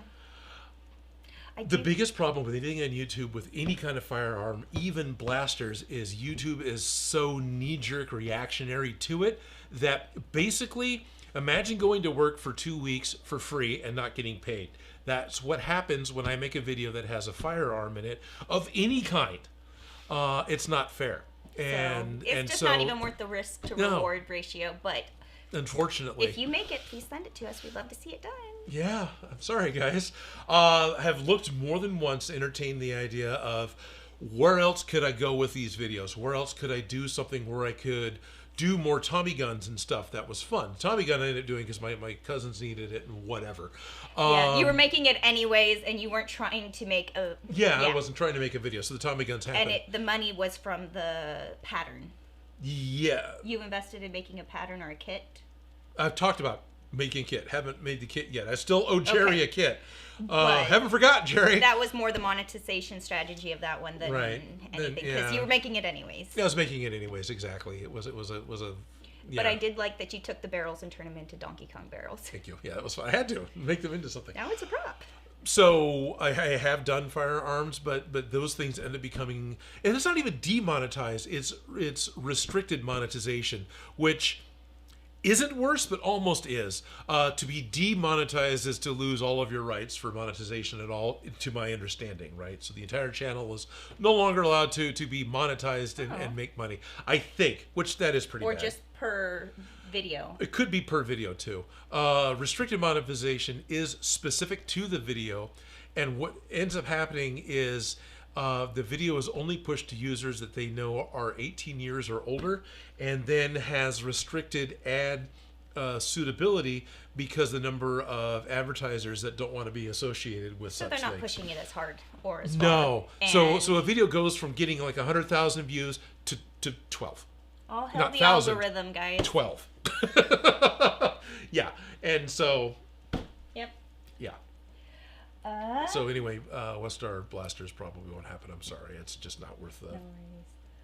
Austin Lip says, "Hey Odin and Felicia, how's your day today?" Doing and then pretty we got Advix and Felicia, good to hear. Here's an intro, maybe outro idea. Magically appear in a dress like Gina from Beetlejuice 1. I gotta Google it so I can picture it. Is that the mom or? Gina was the Maitlands, so the people who bought the house. Okay. The people who died in the house. So and like her magically conservative outfit? I think it was her wedding dress, yeah, Oh, that Delia Dietz made fun of. Delia and Otto. Yeah. If I remember right. So how did she magically appear in it? I know... Like, I recently saw that movie, like, right before watching the new one. But right. Lydia Dietz magically appeared in a dress during the wedding scene. Yeah, the red dress. In the red wedding dress. I made that red wedding dress for Halloween for a small size, and I also made a baby juice to go with it. Okay. I took one of those little crawling baby alives. Right. That are creepy. Yes. They talk, and they stop and go, "I'm gonna go." Right. Anyways, it made a little Beetlejuice costume, put some green and bows in its hair. It was cute. Nice. Yeah. No, I do have lots of costumes and lots of outfits, and I'm not afraid of anything, and I do think it's fun. That's good. No, you're not. Right now, my intro and outro are sort of that one project I did, the Notions. Oh, the Notions. Yeah, but that was good. I made a whole collection of clothing out of sewing Notions, so I made like a dress out of the measuring tapes. I had a dress called All Pinned Together, where it wasn't sewn together, it was just pinned. It's the fabric and pinned, and then I made like a pattern into a coat, like out. And then there was also a string, and then a bobbin bra. It was like all just the notions, and just taking away the clothes. And so that's kind of my intro and outro right now, but it's not like the best versions of those. But I did recover the original footage, so I can expand on that. That's good. But that particular set you did get professionally photographed, so I could see you using that as your intro and outro because you have professional photography. Videography, yeah, in an infinite white set with a professional. Yeah, no, I can. Yeah, so I have to go.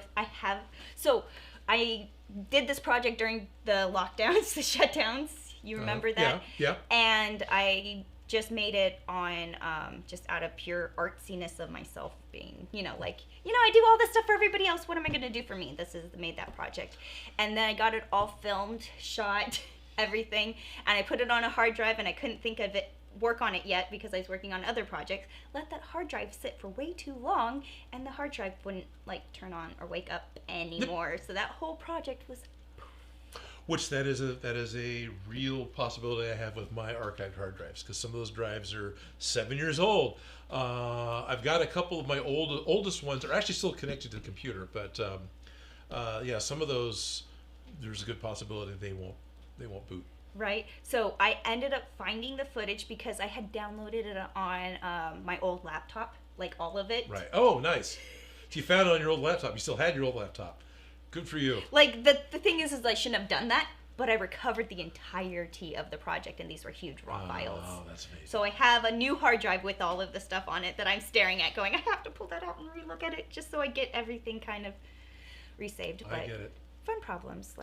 I've still got the entirety of Frog Mom's backpack. That's still not even edited. And not at all. That thing has been multiple times. That's been to cons for the past year and a half. I've got 3 weekends working with Sugar Star Plays, building this Frog Mom, the Frog Lady egg backpack from Mandalorian season 2. Yeah. Often never edit land. Lewis says, Felicia, consider doing a crossover video. Odin makes the prop and you make the costume. Okay. While Felicia sews. Yeah, we talked about that. I still have the stuff for the Pink Power Ranger. Cool. Yeah. And you still have that intro, outro. We need to do more Power Ranger stuff because it was just fun to do.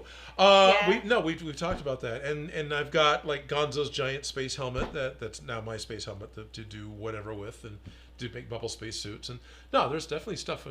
Last stream you talked about a program. This is still costume related, but you talked about a program where it would generate a 3-dimensional or it would create a fabric. Oh, Clo. Yeah. So, just hearing you say it, I can't even picture how that's spelled. CLO, Clo. Like. Okay, it sounds like a program from Tron. Hold on, let me just make sure I'm calling it the right thing. I follow them on Instagram, okay? Okay, no, that's fine. Shockroman showed me the program. It looked really cool, and I think they're looking at getting... Clothed. But it's CLO, but then it's 3 and D, so it's like clothed.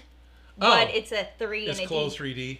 Clo Okay. 3D. So you're basically using a 3D program to create a garment, and then it spits out a pattern that you can sew with. Yes. Okay, so working in the manufacturing garment industry, there's flat patterning, there is draping, there is like versions of patterning. Now, when we got into digital patterning, there was certain softwares that like industry-wide people would use, and I got basic training on those kind of softwares of how you would translate flat patterning into a digital space.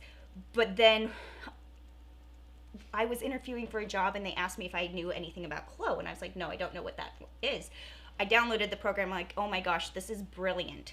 I can't afford the monthly membership. There is much like Adobe, there is a membership, and it's about the same. But what's really great is that you can create the patterns, you can stitch them together, you can tell the computer this is how I want these stitched, you can create different tensions, different fabric types, different fabric weights, drape them on bodies of different shapes and sizes, so you can download different croquis or body templates. Okay. So you can create patterns on bodies digitally in a very seamless process that makes intuitive sense, if that makes sense. Yes. Like, it's very... It appears user-friendly, and it doesn't require a PhD in computer graphics. It's not necessarily 100% user-friendly, but if you know what you're doing, it's intuitive. Fair if enough. That makes sense. The little demo I saw made a handbag and then hung it on a croquis. Yeah. And it was a puffed bag. Yeah. And it has the weight and the drape and how things are going to hang. And will it collapse on itself because it's not interfaced, or you can add the interfacing and then it changes the way it drapes and holds. And so you can see it digitally before you actually like print it out.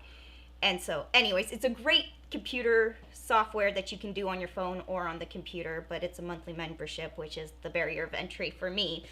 But it's a great program because you can play with different textures, style, like you can take the same exact patterns and then do them out of a puffy fabric or a leather or a vinyl or a heavy card like. Nice. And it changes the properties of the fabric and how it hangs. And it's a really amazing tool. And you can also see patterns people have already made and print those patterns out. You can purchase those patterns. You can print them out and adjust them to make them work for you. So telephone. No, very cool. Yeah, it's just one of those programs that I've been eyeballing going, I really want to play more with this. I just can't afford to. You might get to, because it looks, I'm pretty sure Shockroman is seriously looking at getting it. Yeah, because I just mentioned it on passing the other day. Like, oh, you guys, that sounds like this would solve your problem. All right, bye-bye. Bye-bye. It's like, oh, look at this. And then shared it with me. It's like, oh, that looks awesome. It is a very good mending between the tangible and digital. Yeah. Because I'm very good at tangibly pattern, or what did Ryan call it? Analog. Yeah, analog, yes. I gave him a sketch once for the Miss Frizzle dress. He's like, did you do that analog? Yes. Yes. Yeah. Right. I could do it digitally, but it's just a different... Pen and paper. Yeah, pencil and paper. I don't always like my art, but still, that's the best way to start sketching something out. How is this going to work? Oh, okay. But I also like that they have the projectors for cutting patterns and stuff like that, and it also integrates really well with Clo, because you can scan in your own patterns, and you can also use vector line images. Oh, okay. You can throw those in there and they can be converted into things. So it's integratable with other technologies like Papercura and other things. Not necessarily directly, but enough. I know we got a projector, so using a projector onto cloth in order to cut the pattern sounds amazing. But you also have lasers to do the exact same thing. The fact that it probably puts out a PDF so we can use the SVG for the laser is also very cool. Yeah. Very integratable. Right. Very integratable. So I want to know is how hard is it to, which you probably can't answer, to bring a croquis in that is actually you? Easy. Oh, good. Okay. That's why I'm saying they have different body types and body shapes, and you can actually bring your own body types and shapes in. Okay, nice. So it's not that. Good. There's the free and the cheap. Right. And there's the, Okay. But the technology exists. Isn't it amazing? But it's also barrier to entries. Right. CLO3D. Yeah. Totally not sponsored, but excited about trying this program. Right. If they want to sponsor me, I would love to use their program more. Right? Yeah. Yeah. I follow them on Instagram so that I keep up with what's going on, even though that I don't actually play with their technology every day. It helps me keep refreshed because it's like, it'll show me, like, this is how it sews on the sleeve. Yeah. And it did. Yeah, because you have all the different pattern pieces, the squares, and they're all laid out on a flat canvas, and then you can tell it this rectangle is going to stitch to this shape here. Right. And you make these zigzag lines, and then you sew together, and then it all... And drapes. Yeah. Very cool. Yeah. Matrix 2. The clothing looked horrible on the agents. So to think it's been 20 years, but it hasn't been that long, and yeah, that's really cool. Yeah, and then I see like little fashion shows where they have people spinning, the croquis spinning in the clothes, and the clothes reacting to physics. That's really cool. So, technology's here. I just can't afford it. Right. Hear that? Bryce New, can't wait to see what's in the mail today, especially if you need my expertise. Excellent. And on that note, uses very loosely. It's almost 1. Wow, we've just been talking away. We have been chitter-chattering. It's been whatever. fun. I haven't seen her since the last live stream. What I've got is, I never Greeked it. I've got a package that I ordered from Etsy. It came all the way from France. And I'm not reading, but anyway.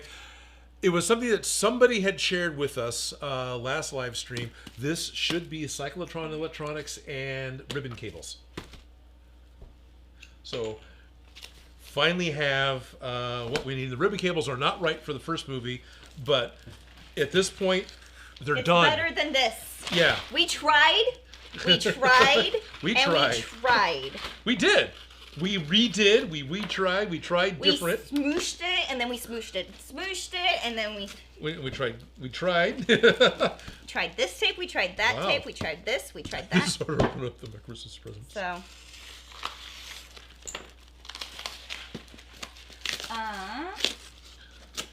Okay, there we go. Louis Cossey says, Clo 3D sounds like Papercura template making. Yes, but instead of paper, you get fabrics and other materials. Look how pretty that looks compared to this. Exactly. This. And it's only that long? But that's probably all we need. Well, no. Hey, Bryce, did we just, severely overbuild our, Probably get 2 up. No, this is not... Yeah, no, that's totally all it needs, because it just, all it has to do is come from the side of the cyclotron down here somewhere, right? And then it gets all wound up and gets shoved in here, right? Is it like right in here or up here? Yeah. One of those two. It's either here or here. Either way, yeah, this is plenty. Yeah, I know, I'm a little disappointed too because we spent all that time making super long because I didn't double check. I just kind of went for it. And the thing is we wanted to have more than enough and we could cut it. That's true. From the ends was the plan. So we just overestimated how much we need. Yep. In the hopes that we could just trim it down and make it work. But the thing is it wasn't laminating. Yeah. We couldn't get it to laminate, and this looks $1,000,000 amazing. Like I want to eat it, like it's a fruit roll up or like candy. And this looks like this. Right. Shock Gremlin or Dan Does Junk or whoever remembers the code from last time. I know Shock Gremlin had shared it with me because I missed it last time. Please post the link to this Etsy shop in the chat. I don't mind at all. These were $20. gorgeous and way cheaper than the stupid tape. Yeah, actually cheaper than the tape. Yeah. So, thank you. I think it was Lewis. I can't remember who it was, but thank you whoever shared this Etsy with us. I had to have it shipped internationally, so it took a little bit of extra time, but still totally worth it. Both sides look cool, and when it twists, yeah, it'll look good. Yeah, there's definitely a this should have been the top in my mind. Yeah, and this is the the way bottom. it feels, this is the bottom, because this has got color's more ridges. vibrant, and this side's slightly lighter. Yeah, there's a different color, but still, yeah, whatever. And this is totally Ghostbusters smells like too. new shoes. Does it? Well, it's just that vinyl smell. Yeah, okay. It's the first time I've touched them too. You watched me open the package. And I'll be honest, I was a little shocked how short they were too. I knew reading them that they were less than a meter, but whatever. We got ribbon cables. We have ribbon cables. Now, the other thing we have. It says, looks like a Ghostbuster 2 style cable. Yep, it is. Don't care. You guys gave it the old college try. Yep. Oh, hell yeah, we did. We did multiple tries of different... Stressed over it. I stressed over it, my background for like a year or more. And then you were saying? I was going to say, we tried different tapes. We tried different techniques. We tried smoosh. Like, yeah. I honestly thought the boat tape would work. Yeah, I did too. It seemed like it should, and other people told us it did. And I saw Proton Packs that looked amazing. Ours did not.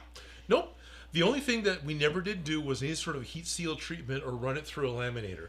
But then that's just buying more. I mean, I don't mind having a laminator. I don't know if I want to run wires through it. But that's just, again, buying more tools. Here, done. And it's $20 cheaper. And it was $20. Yeah, done. Done. Yay! Happy. Then we have this. Oh, I get to open it? Which is written in acrylic. That's kind of cool. Up here, it's just, the Ghostbusters movie prop Proton Pack Blue Power Cell. Camera 2. Camera 2. Yep. This is a custom blue power cell version. Displays automatically, ramps up, and resets. PSC microcontrollers, speeds adjustments, bright 100mm blue LEDs, and 4 PCB bright red LEDs. So this is the cyclotron and the blue light thing on the side, and that's all it is, right? We talked about doing a lot more that we don't have, but that's all that's in this box. But honestly, right now, don't care. Get wires on this thing, get some lights on this thing. It's so get close it to done. being done. Yeah, let's just get it done. I want that. You want that too, sorry. Yeah. Ooh, look, we got a diagram. Capital Gamer says, we thought the smooshing would work. Yeah, we thought the swooshing would work too. I mean, the one thing we didn't do was wipe down all the wires before any of the tape went on with acetone or alcohol to remove as much as possible. And that might have helped. And it still didn't stick to the stick. Yeah, it didn't even stick to itself. Right. So, like, we did our good college try, as they said, but it just did not work. That's awesome. The instructions say, this listing is for custom power cell version.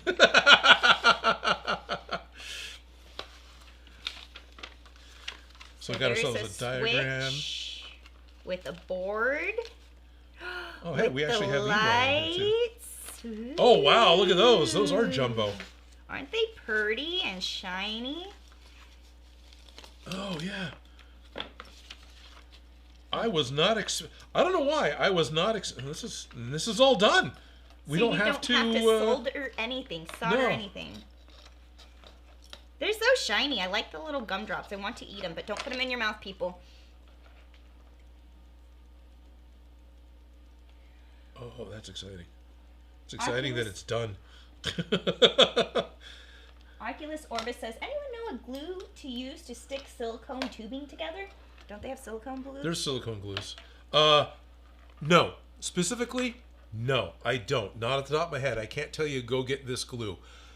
The makeup industry and some of the casting industry have made silicone glues. And generally speaking, silicone is the only thing that can stick to silicone.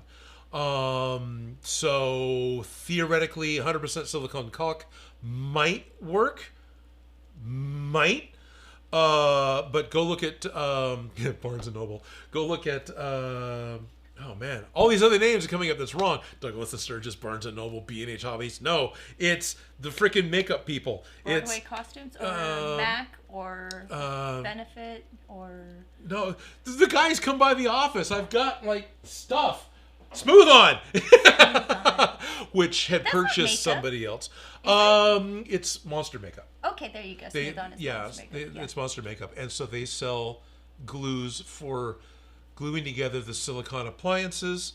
But I still don't know if that's 100% what you're looking for. Yeah. And also the other people that I helped out with, Mold Life, which is a UK-based silicone casting company that does makeup, silicone makeup. They also have an adhesive. So those are the only ones that I know of. But still, that's yeah. Good luck with that. Good luck with that. Generally speaking, if you want to glue something with silicone, you got to use silicone. Yeah. And yeah. Louis Cossey says the movie used that style because they couldn't get the original style either, and Right. the crank knob was silver instead of black like the first movie, Right. which does read better visually. Yeah, Bryce ours says- are black. Yeah. Wow, nice electronics. Can't wait to see the electronics working. Right, that's what I'm looking at right now. It's like, okay, what do we need for a power source? What does this take for a power source? Welcome, Maddie Cat Makes. Smooth On! William Wells says, add flux capacitor to Proton Pack. Eventually. Eventually. Louis Cossey says, got dark blue and dark red gels for the lens covers. I can get gels. That's not hard. Yeah, there's if in I a do. box over there somewhere. Yeah, there's some in a box over there. I can get cheap PVC material from Tap Plastics. I can just order Roscoe gels without much of a problem. So if I need those, I'm not worried about it. Honestly, I was in the impression that these were going to be, I was going to need diffusion more than the wire got down between the Here, 3 I gotcha. millimeter. I think you just have to bend it apart a little bit. Yeah. So it looks like There you go. in kit included connector for 9-volt battery, word for word. If you're going to use a 9-volt battery, you need to connect the connector to a PCB with a screwdriver. When the battery is low, only 2 red LEDs from cyclotron PCBs light up. The battery must be replaced to operate normally. It is... Oh, okay, I see. Only for 9-volt battery, but there's additional thing, 8 to 12 volts. So it can handle up to 12 volt. So what we're going to want to do is get... Long term, what I want to do is get a voltage regulator that'll take the 18 volt from Ryobi batteries The little and drop one or that the big down. one? The big one. Okay. And drop that down to be the 9 volt, which this wants, which is totally doable and easy. However, for today, for right the heck now, To play? I'm going to walk over there because I think I've got some 9 volt connectors and I have some 9 volt batteries at my edit desk. So if you'll pardon me, see if we can't make this work right now. We're going to get this I was lit up. expecting to have to solder it. Hey, I'm glad it's all put together, telling you the honest truth. Yeah, me too. I'm not upset. Although, I do like having the new skill of soldering and it not being so scary anymore. Yes. Yeah. Ghostbusters movie prop. Proton Pack blue power cell kit. Like it.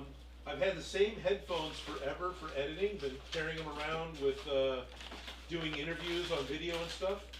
And they had external wires. I pulled one of them last week and lost my right ear. Finally worked up the guts to take them apart and resolder some new wires, and I fixed my headphones Thursday. Well, congratulations. Thank you. Very happy about that. Yeah. It's so easy to throw things out these days. Yeah. Okay. Yeah, for only $80, I could buy another set of headphones. I didn't want to do that. Right? Who does? Zelda Hero says, hey Odin, will you do another FF7 build? I think you should make Probably. Tifa's gloves, Oh, okay. and Felicia should wear them. Who's Tifa? Tifa? Tifa? I think that's Tifa. Yeah. I believe I made Tifa's giant shuriken. Okay. I think.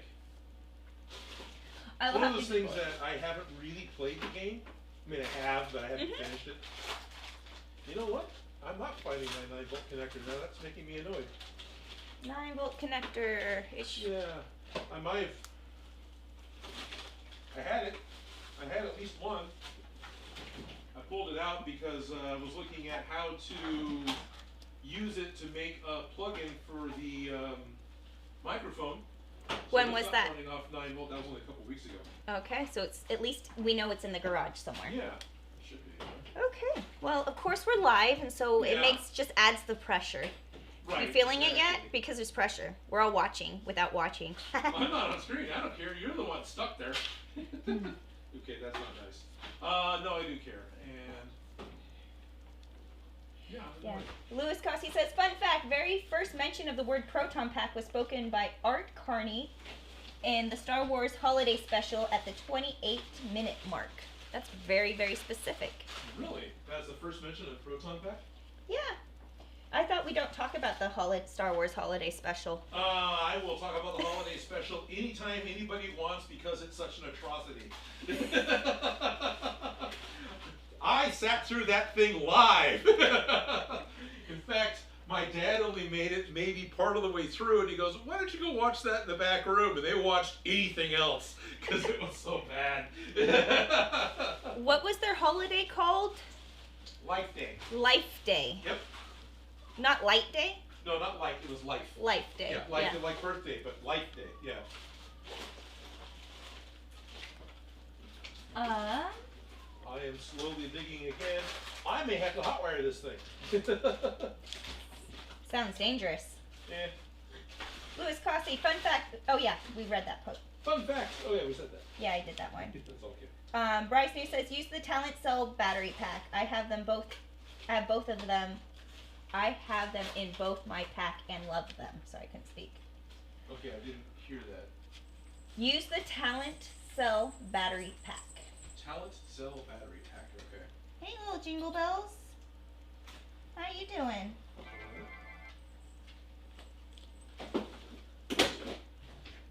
He looks like a little reindeer. Yep.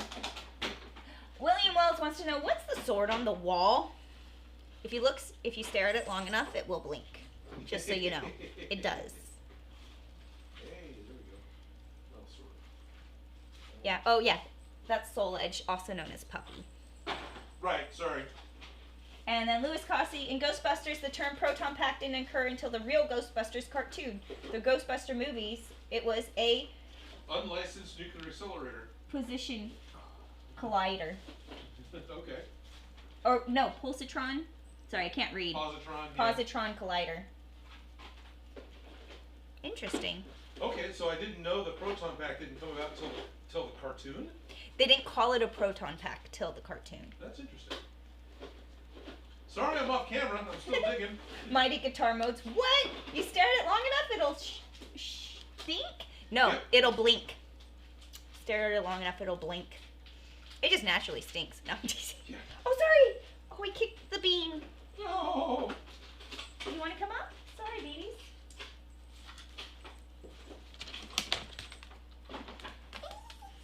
Oh no, I am so sorry. Little jingle bells. Jingle bells, Batman smells. Yeah, pretty much. No, those are hot wired. Yeah. Bryce New says, worthless Ghostbusters trivia. The term Proton Pack was not used until the subway scene in Ghostbusters 2. Okay. I don't know if that's worthless, but that's... Interesting. Are you okay? Are you happy now? You are? No, no, no, no, no. No, sir. No, sir. Alright. Jeez, my phone is blowing up. Okay, well, I am try to come back sorry. out and... Huh. Don't worry, we are only live. I know. This whole thing's taking a heck of a lot longer than I thought it would. Are you okay? I am, yeah. Okay. I'm not stressing hard. I'm not having, I'm not melting down or anything. It's okay. I'm like, never get any text messages, and now that we are live, all of a sudden everybody's like, hey, what about this? Those are specifically text messages? Well, I got 2 phone calls during the stream, and I just got a couple text messages. I'm like, All right. nabbit, jeez. Behind the scenes, even Shop Gremlin came out with a work bucket of electronic goodies. with the idea being that maybe there would be a 9-volt battery connector, and also brought out 9-volt batteries. Maybe there'd be a 9-volt battery connector in the box, and there was, but it's pre-wired to a barrel connector, and I'm not going to cut that thing apart. So Okay. I'm going to go fill up my Okay. coffee cup and leave you alone for a second. Okay, that's fine. I'll be right back. I left you alone. That's totally cool. So what I want to do now is I've got one like alligator clip to an old piece of network cable, and I have another piece of old network cable, and I can put these into the hot pots, which of course now I need a tool for that. The dog is under duress because people left and he didn't get to go.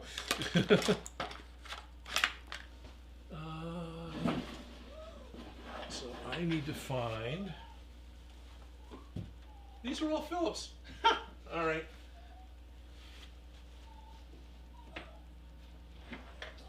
Do I have a tiny enough screwdriver in here? I do not. Oh, I know, it's horrible, isn't it? Everyone left. Everyone's leaving again. Sorry, empty set. Cannot find a screwdriver fast enough. And yes.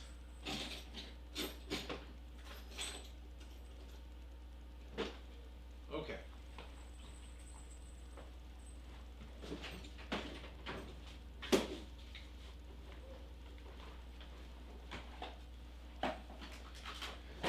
I've got a screwdriver, so I just connect it to this guy over here.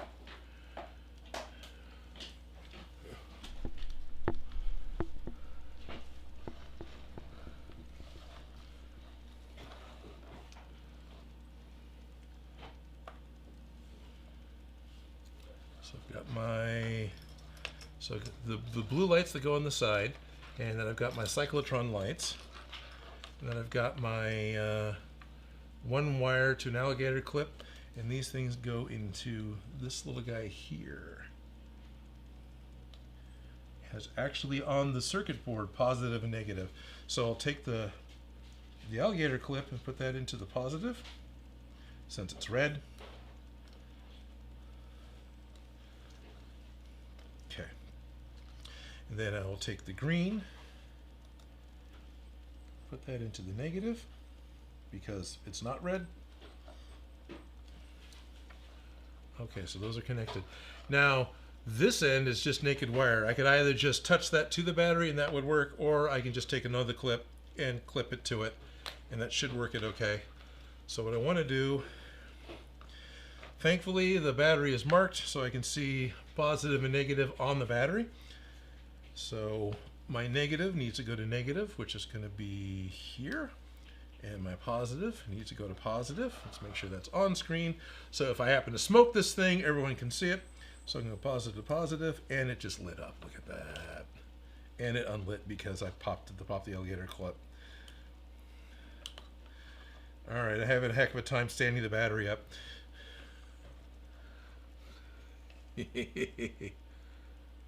Now, I do believe there is a speed adjust on here. Yeah, there is. There's a little button down here I can click. So speed 1, and then click for speed 2. Oh, which is noticeably slower, but not by a whole lot. Okay. Oh, wait. Oh, no, I'm just looking at it. Okay.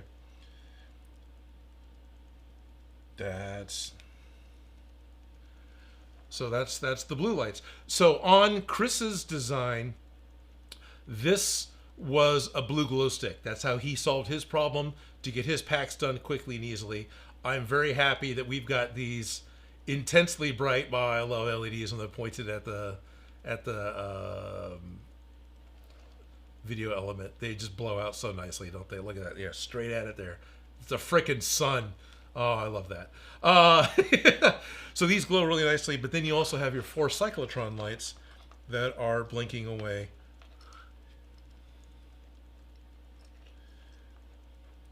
Just get your hands out of the way, you big meat.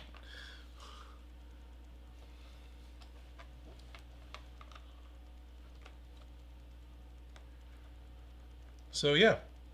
On ours, we originally set up 2 pairs of individually addressable RGB LEDs. With the idea that we'd be able to have them blink from one side to the other to do our own thing.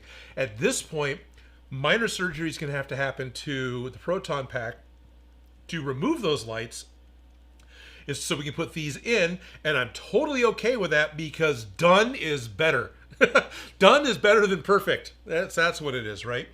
So this is really cool, and the fact that that's it. We've got it. We've got the basic blinky lights. We talked to Ben Eady about possibly having rumble packs. We don't have any LEDs or any electronics for the neutrino ones yet, but that is. But that's probably just an Etsy solution that we're gonna do at this point. Yeah, they light up, and they light up great. I wanted bells and whistles and lights. I didn't think we had to make them from very scratch, but I feel like if we needed to, we would. Right.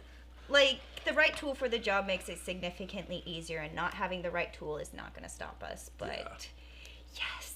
Yes. It's already wired, and it's already beautiful, wired, and it runs off a 9-volt battery. And look at it, so gorgeous. I was playing with this, where you get it pointed directly at the sensor. You blind Yeah. Oh, I love it. Bright LEDs and camera sensors are a couple of my favorite things. That's a problem I'm going to have to be thinking about later this afternoon, that's for sure. The way things light up. Mm-hmm. And diffusing that light. Yep. Let's try to get the red ones, but that's okay. Oh, I'm sorry. That's all right. Ooh, I like that you could put them, and then they make it purple lights. Sorry. Yeah, it's I'm okay. playing. All good. Christmas lights. Yeah. Yes, Christmas lights.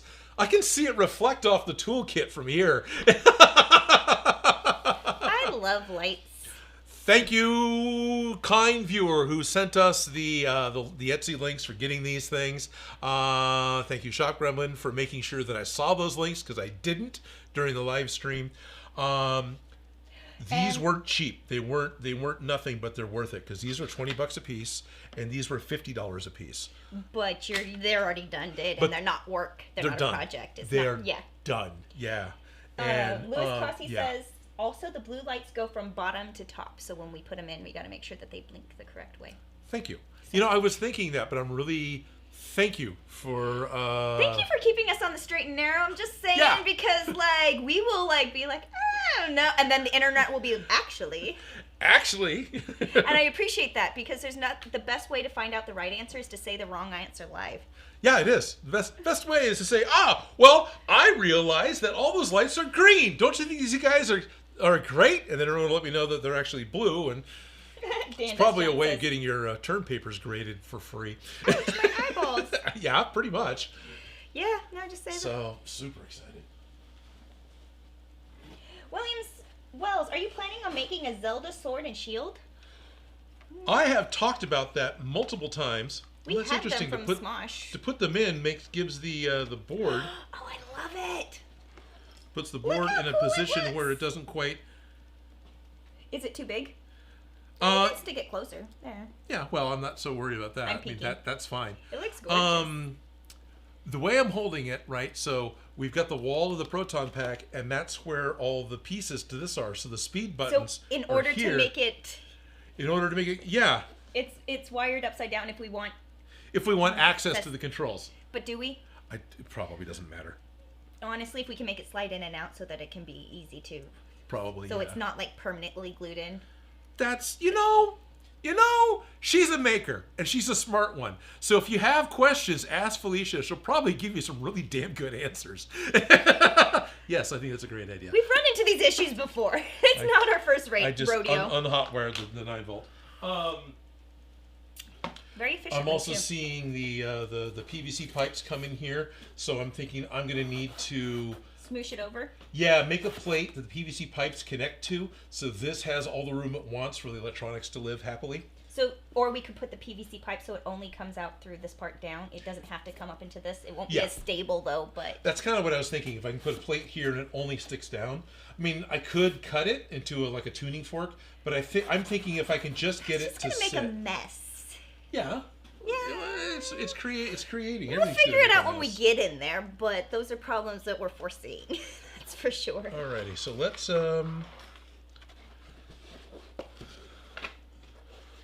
can we? Yeah, this is just super glued. We can. Peyton Sobo Slasher Sobo. Peyton Sobo Slashers Hobo. What? Yep. Says, what up, guys? My Yeah, pack my hair's bodies not and behaving. electronics are bodies and electronics are looking great. Excellent work. Oh, Me and thank my younger brother just wrapped up the base building of our slime blower I mentioned Nice. during the previous stream. I emailed Odin some progress photos. Yes, he did. That is awesome. So does it blow slime like snot? I don't believe it actually blows because it's the ecto blower. Yeah. I don't think it. I don't know. I don't want to say his doesn't. I would imagine it doesn't. I love like those things. That's awesome. It is awesome. But it's still cool. Even if it doesn't blow boogers. Only happy, positive vibe ectoplasm.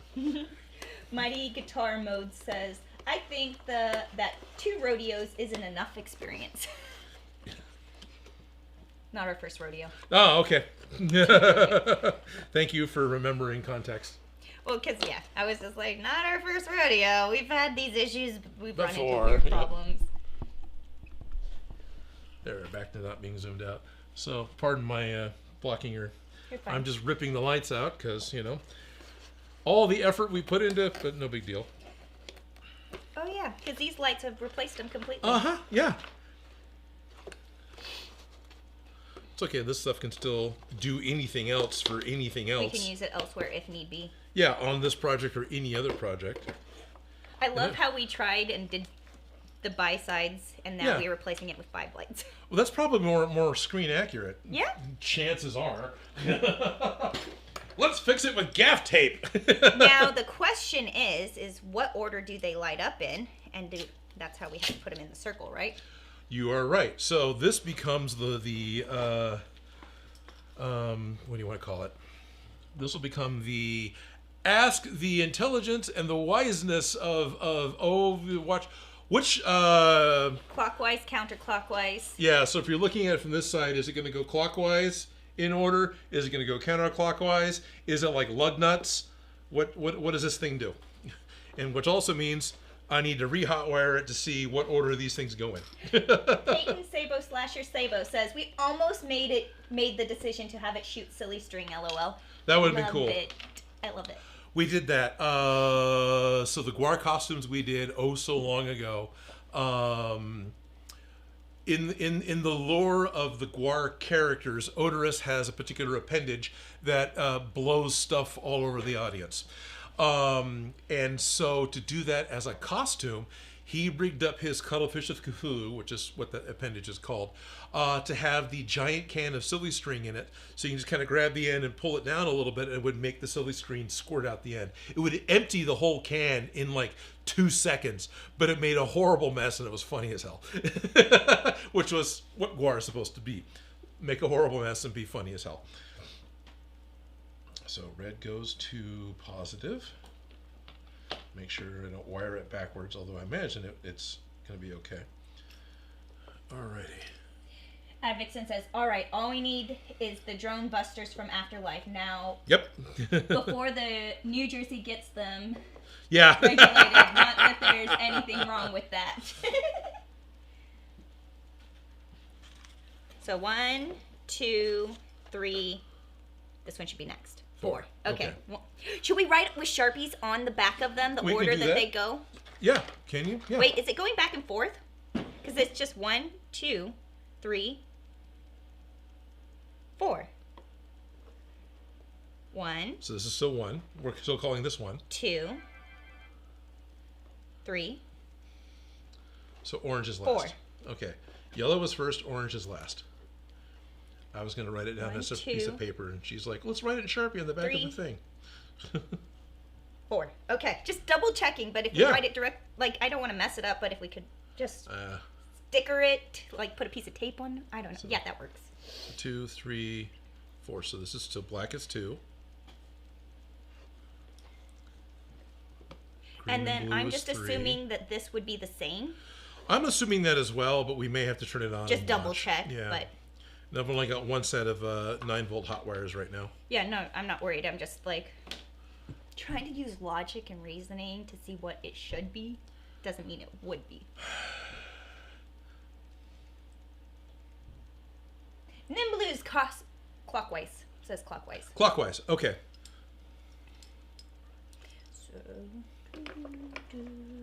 So here, so I want to install them from this. Interior clockwise, is it exterior clockwise? This could be exterior clockwise, is the way I tried to ask. So I need to put them in counterclockwise here, so when you pick it up, it'll be clockwise.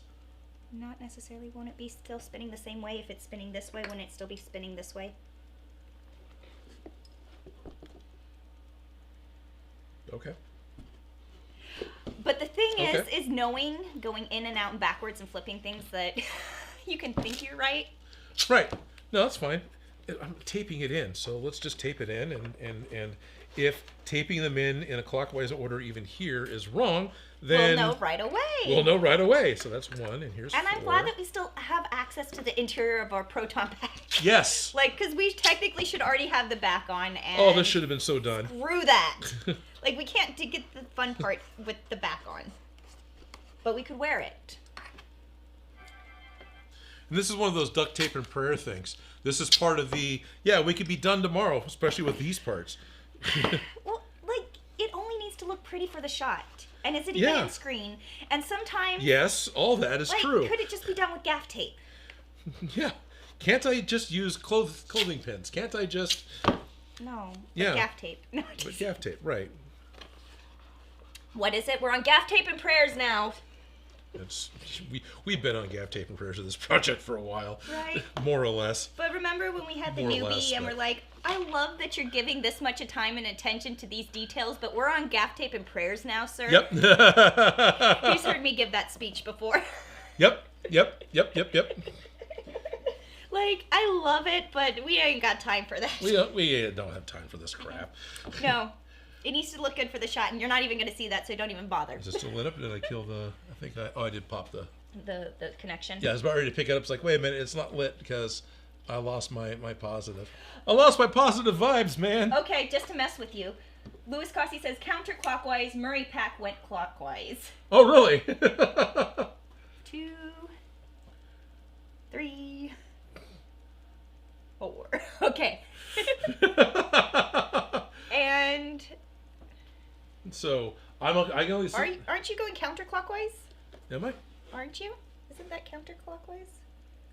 Yeah, it is. Okay. Just making sure. Yeah. Okay. Because I put them in clockwise. Okay.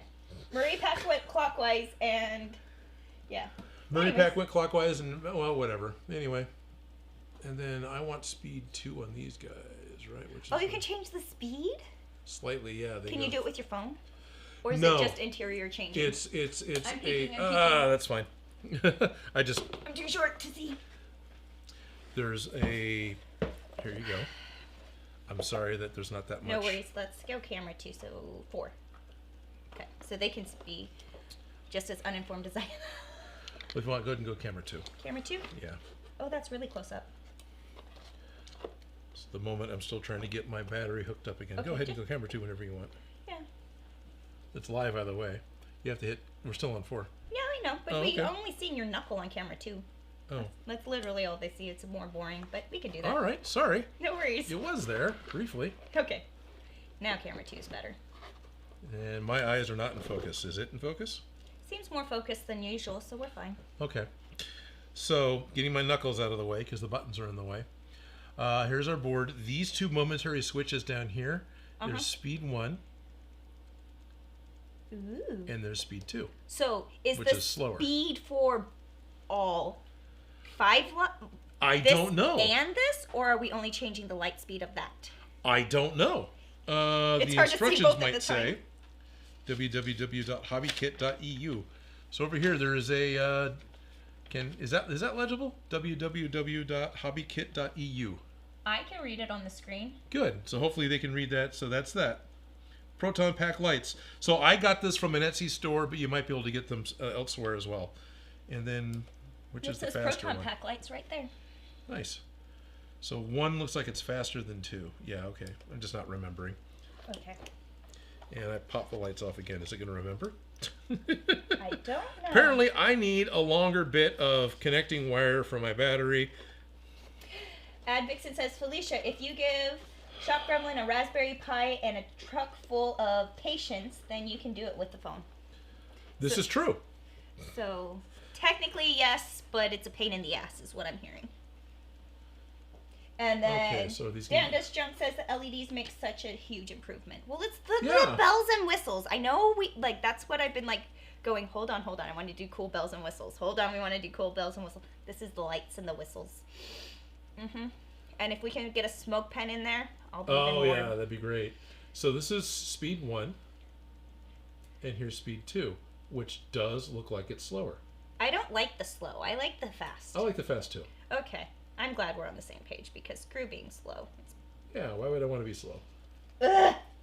I'm not patient. No, teasing. Might save more battery life. I don't know. Camera 2. Camera 2. Even though it comes around to 3 and 4, but that's what it's looking like. So, how much diffusion do I need? Now, they are blowing out more. We can. We can totally make some milk. Yeah. Milk carton filters. I've actually have some proper Roscoe diffusion from Joe Gillis as well. Oh, so the real stuff instead of milk cartons? Yeah, but we can use milk cartons. That's fine. Now I know, I've been saying, the sensor for the camera blows out because the light's pointed right at it.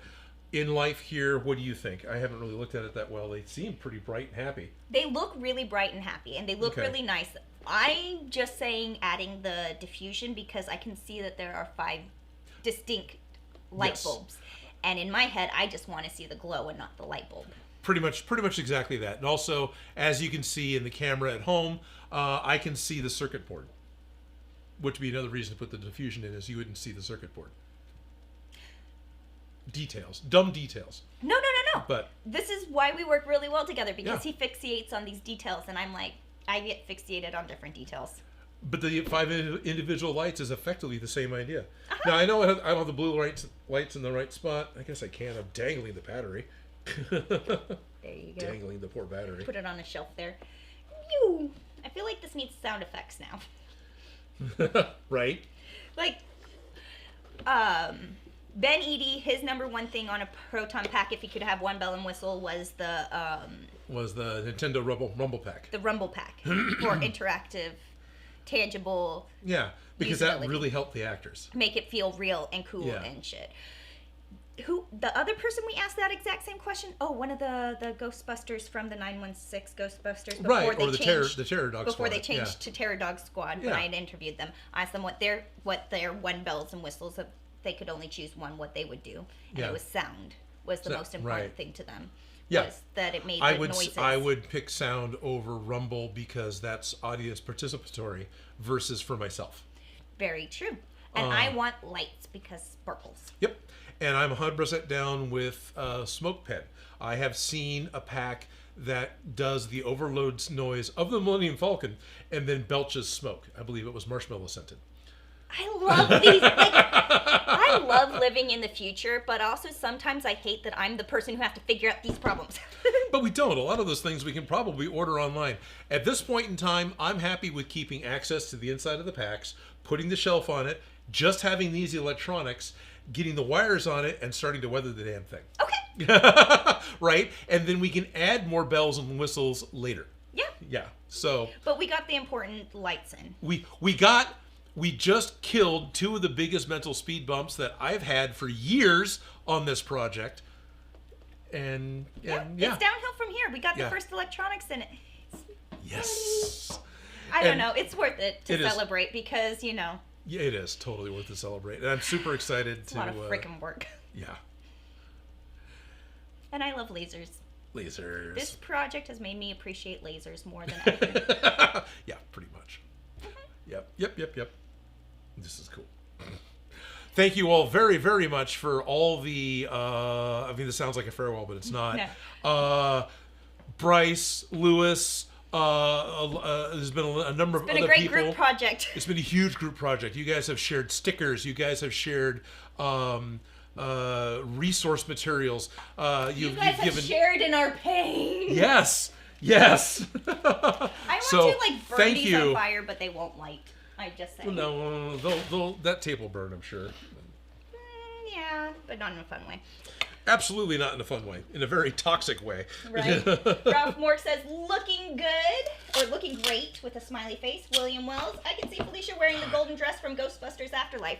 I have worn that dress before. They had it at Decades. It was fun. I was like, what's this outfit? And then I saw the movie. I was like, oh, I know exactly what this outfit is. I was thinking about making another one because it was so easy. And Ralph, thank you very much for your contribution with making aluminum V-clips for our Neutrino ones. Yeah, I'm here thanking a bunch of people, and I forget, some of the big details. Some of the big details. That I love the tape.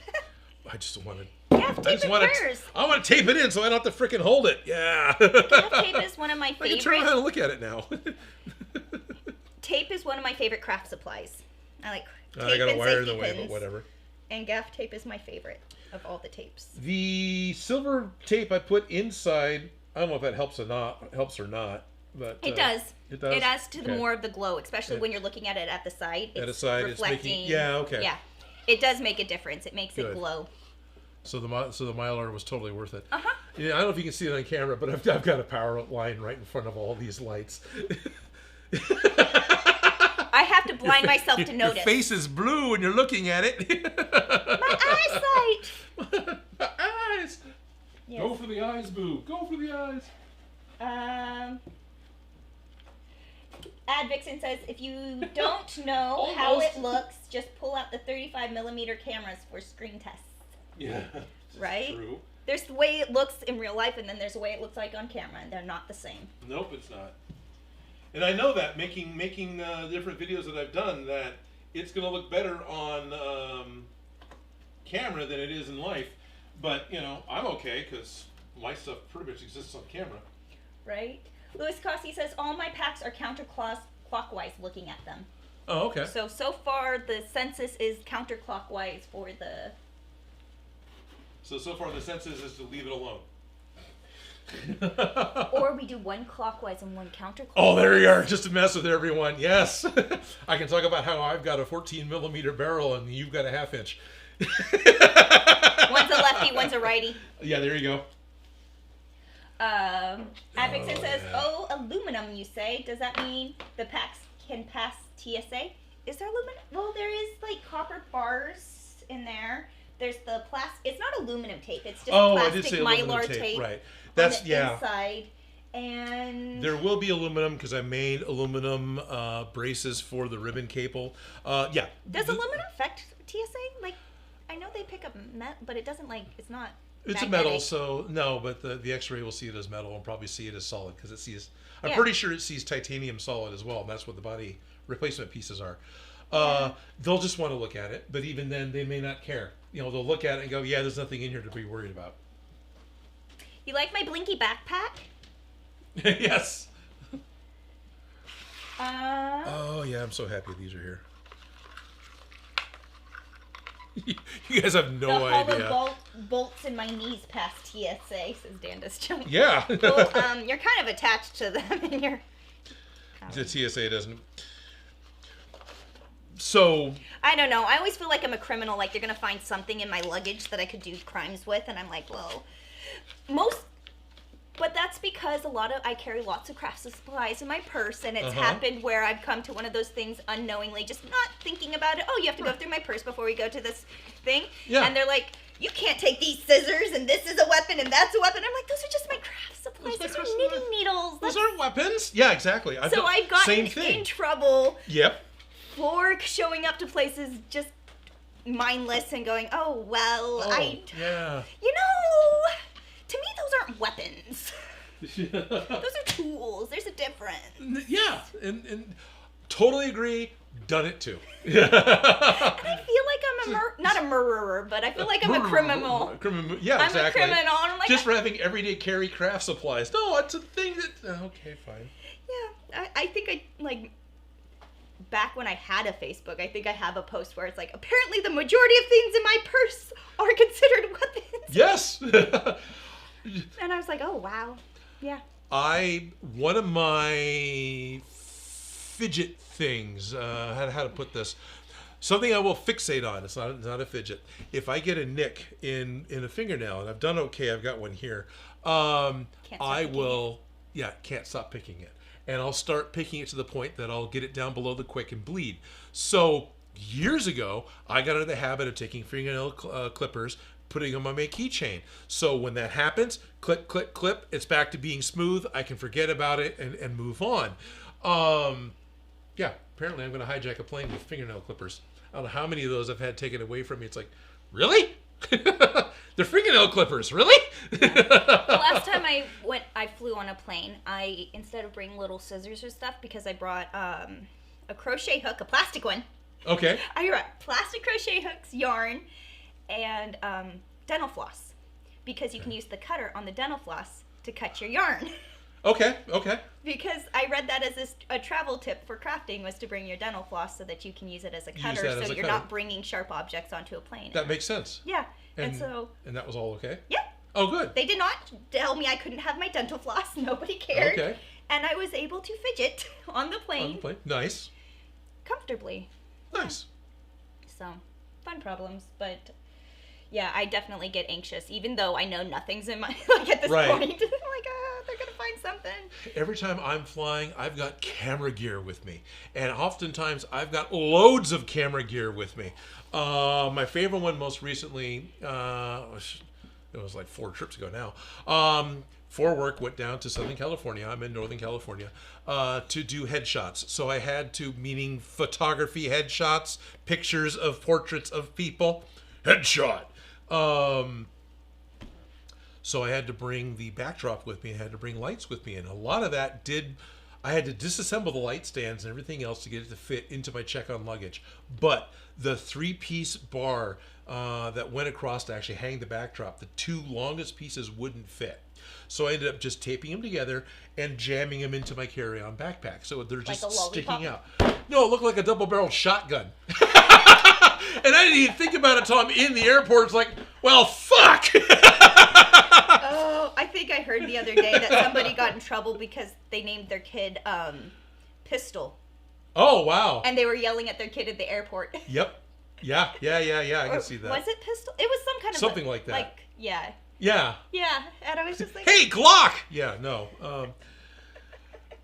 TSA actually was really cool with it because they got the context, because the actual cameras I didn't check, and all the rechargeable batteries that go with cameras, you don't want to check. You want to have all that on you. They don't like having batteries. I get panicked when they're like, get everything out of your thing, put it back in, put it in this, and why did it say that? And I'm just like, geez Louise, you need to chill out. Right, I'm working on it. Give me a minute, yeah. Yeah. The weirdest looks I got was when I actually got on the plane, right? With your double barrel. With the double barrel. Everyone goes... It's like, sorry guys, I just kind of walked to the back, but no, they pulled it out, did their little swab for whatever that's looking for. It looks like eyeglass, whites, but they're doing it and then looking at it. I guess it reacts to combustible materials or something. Like, is this a barrel of a shotgun? Has it shot a bullet before? Right, yeah, I don't know. Or is this just part of the security theater? What is that thing? But they were satisfied and like, what's in these tubes? Like, nothing, look down them. It's a lightsaber. Yeah, no, it's... And they got it. It's a backdrop for photography. Oh, okay. And they didn't care. William Wells, Stay Puft Marshmallow Ornaments? Didn't I give you one? Yeah. I don't know where he ended up. You gave it to us last year, so it should be with the... It's crawling around somewhere making mischief. Haven't hung ornaments on the tree yet. It's got lights and garland, the actual tree, not just this one. It's probably all it's going to get. I apparently have a lot of Christmas trees this year. Really? Uh-huh.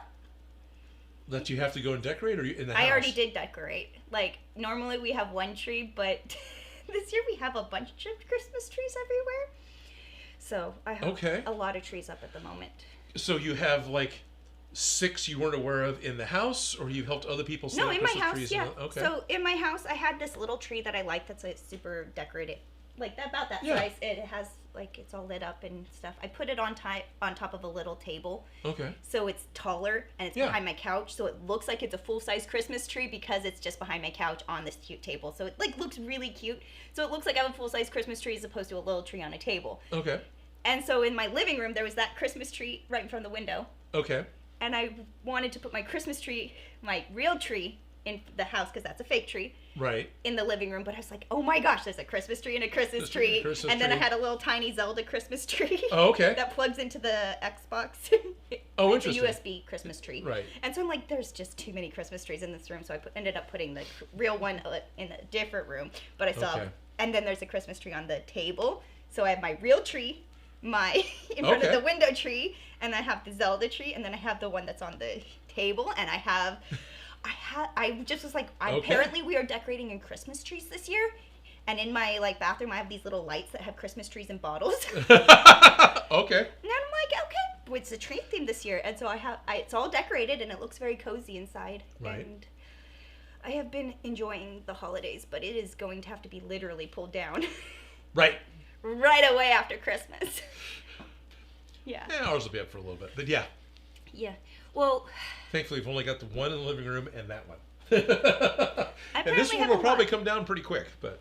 Yeah, that one's an easy one, though. Just it is. Smoosh it and smoosh it. Yeah. Just put it back in its box and be ready for next year, and then a little bit off the shelf. But I don't think I've decorated the set for holidays before. Nope. Because I've never tried to... It's been insane. Yeah, you like to wear the same shirt so that you can film on this whatever daytime and it doesn't even matter. Yep. And we had this conversation when we first started doing live streams because you suggested that I could do the same thing if I wanted to. And I'm like, there is no way you could ever get me to wear the same thing twice. Not that it's not but I just... And there's times that I've worn other things on live streams. Today I grabbed this because it was clean. Always you're like, okay, on live streams I will wear my fun t-shirts. And I'm like, yes, let's do it. Creativity. Yep. And that's my thing, so I appreciate that. Good. But also I understand why this doesn't often happen, but I love it. Yeah. My house definitely barfed Christmas this year and I love it. It's like a hairball. The cat had a hairball of Christmas. There is garlands and greenery and a lot of trees apparently. So I brought my attention to it. And I can't stop fidgeting with the nick of my fingernail. So now you can't stop thinking about it? Nope. And I'll just make it way worse than if I just cut it off now. Oh, Louis Cossi said, Felicia, there are Proton Pack sound effects on YouTube. I sent the length above length above 4:1. So I think he meant link. Yeah. Awesome. Thank you. I know playing sound files off of the different small Raspberry Pi or other type of small processors isn't hard, so totally cool and happy about that. They'd be able to turn those on. A says, on my way to an art show for Scratchboard where I had to do a demo, I used them to create my artwork. It was amazed that I didn't get pulled aside. Louis Cossi, Felicia, keep the tree and decorations for Valentine's Day. Yep. And then St. Patrick's Day. Yep. And then put little Corona bottles for the tree for Cinco de Mayo. Yep. No, I completely redecorate, all the time. I don't clean my house, I redecorate my house and rearrange everything. And which causes cleaning to happen because you moved everything. Oh, yeah. Yeah. No, my niece is every time she comes over, she's like, your house looks completely different every time I come over. And I'm like, well, thank you. I appreciate that. Mine won't. No, and I know that. There are people who they need everything to be the same, and I can't function that way. I've tried my whole life, and I just can't. I'm not saying, absolutely not saying you have to. No. I'll set it up, and I'm happy with it. I don't care. It annoys me when the supermarket changes where the products went.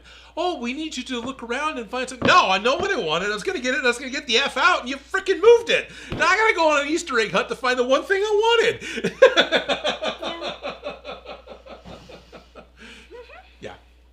And I'm over here going, oh, well, this is my music room. Now it's my studio. Now it's turned into this, and now it's turned into that. And totally cool.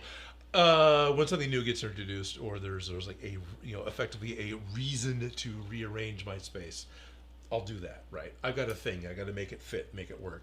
But once your space is set, it's your space, and it's the way it belongs. It's just the way it's going to be for a very long time. Yeah. And I appreciate that. I know, and I know I'm not trying to defend it. I'm just laughing that, I get it, because I know that's the way you are and the way you work, and I just think it's funny that I can't. Yeah, that's fine. And I don't know. I love my house, and I love changing things up, but I'm a freelance stylist, art director, production designer. So that's constantly what I have to do. Can you guys? Yeah. Can you take the space and make it look different? Oh. Here you go. Yep. If I do my job well, you can't tell that I did my job. Yes. If a set looks nice and gorgeous, you're not going to notice the set. Nope. Nope, you're not supposed to. And if I do hair if the makeup story is style- edited in such a way that it flows and you just follow the story and you don't notice the editing, then they did it well. Exactly. Yeah. Even though we're highly visual and the work that we do is very in people's faces, Yeah. if we do it well and we do it right, nobody notices that Yep. we even existed. Yep. All good. It's a bit like being a magician. If you very well practiced, nobody knows that you did anything, but they're wowed by the trick. Yep. Yep. Let me see. Ace says, man, those lights really dress up the pack big time. Mm-hmm. Right? Like, it looks like we're done. Basically, yeah. Like, don't look at the back. Don't look at the back. Oh, I'm excited about actually progress in this thing. Have That was progress. such a mental block. Oh, sorry. Sorry. Left her hanging. Have to that was celebrate such progress. a mental block.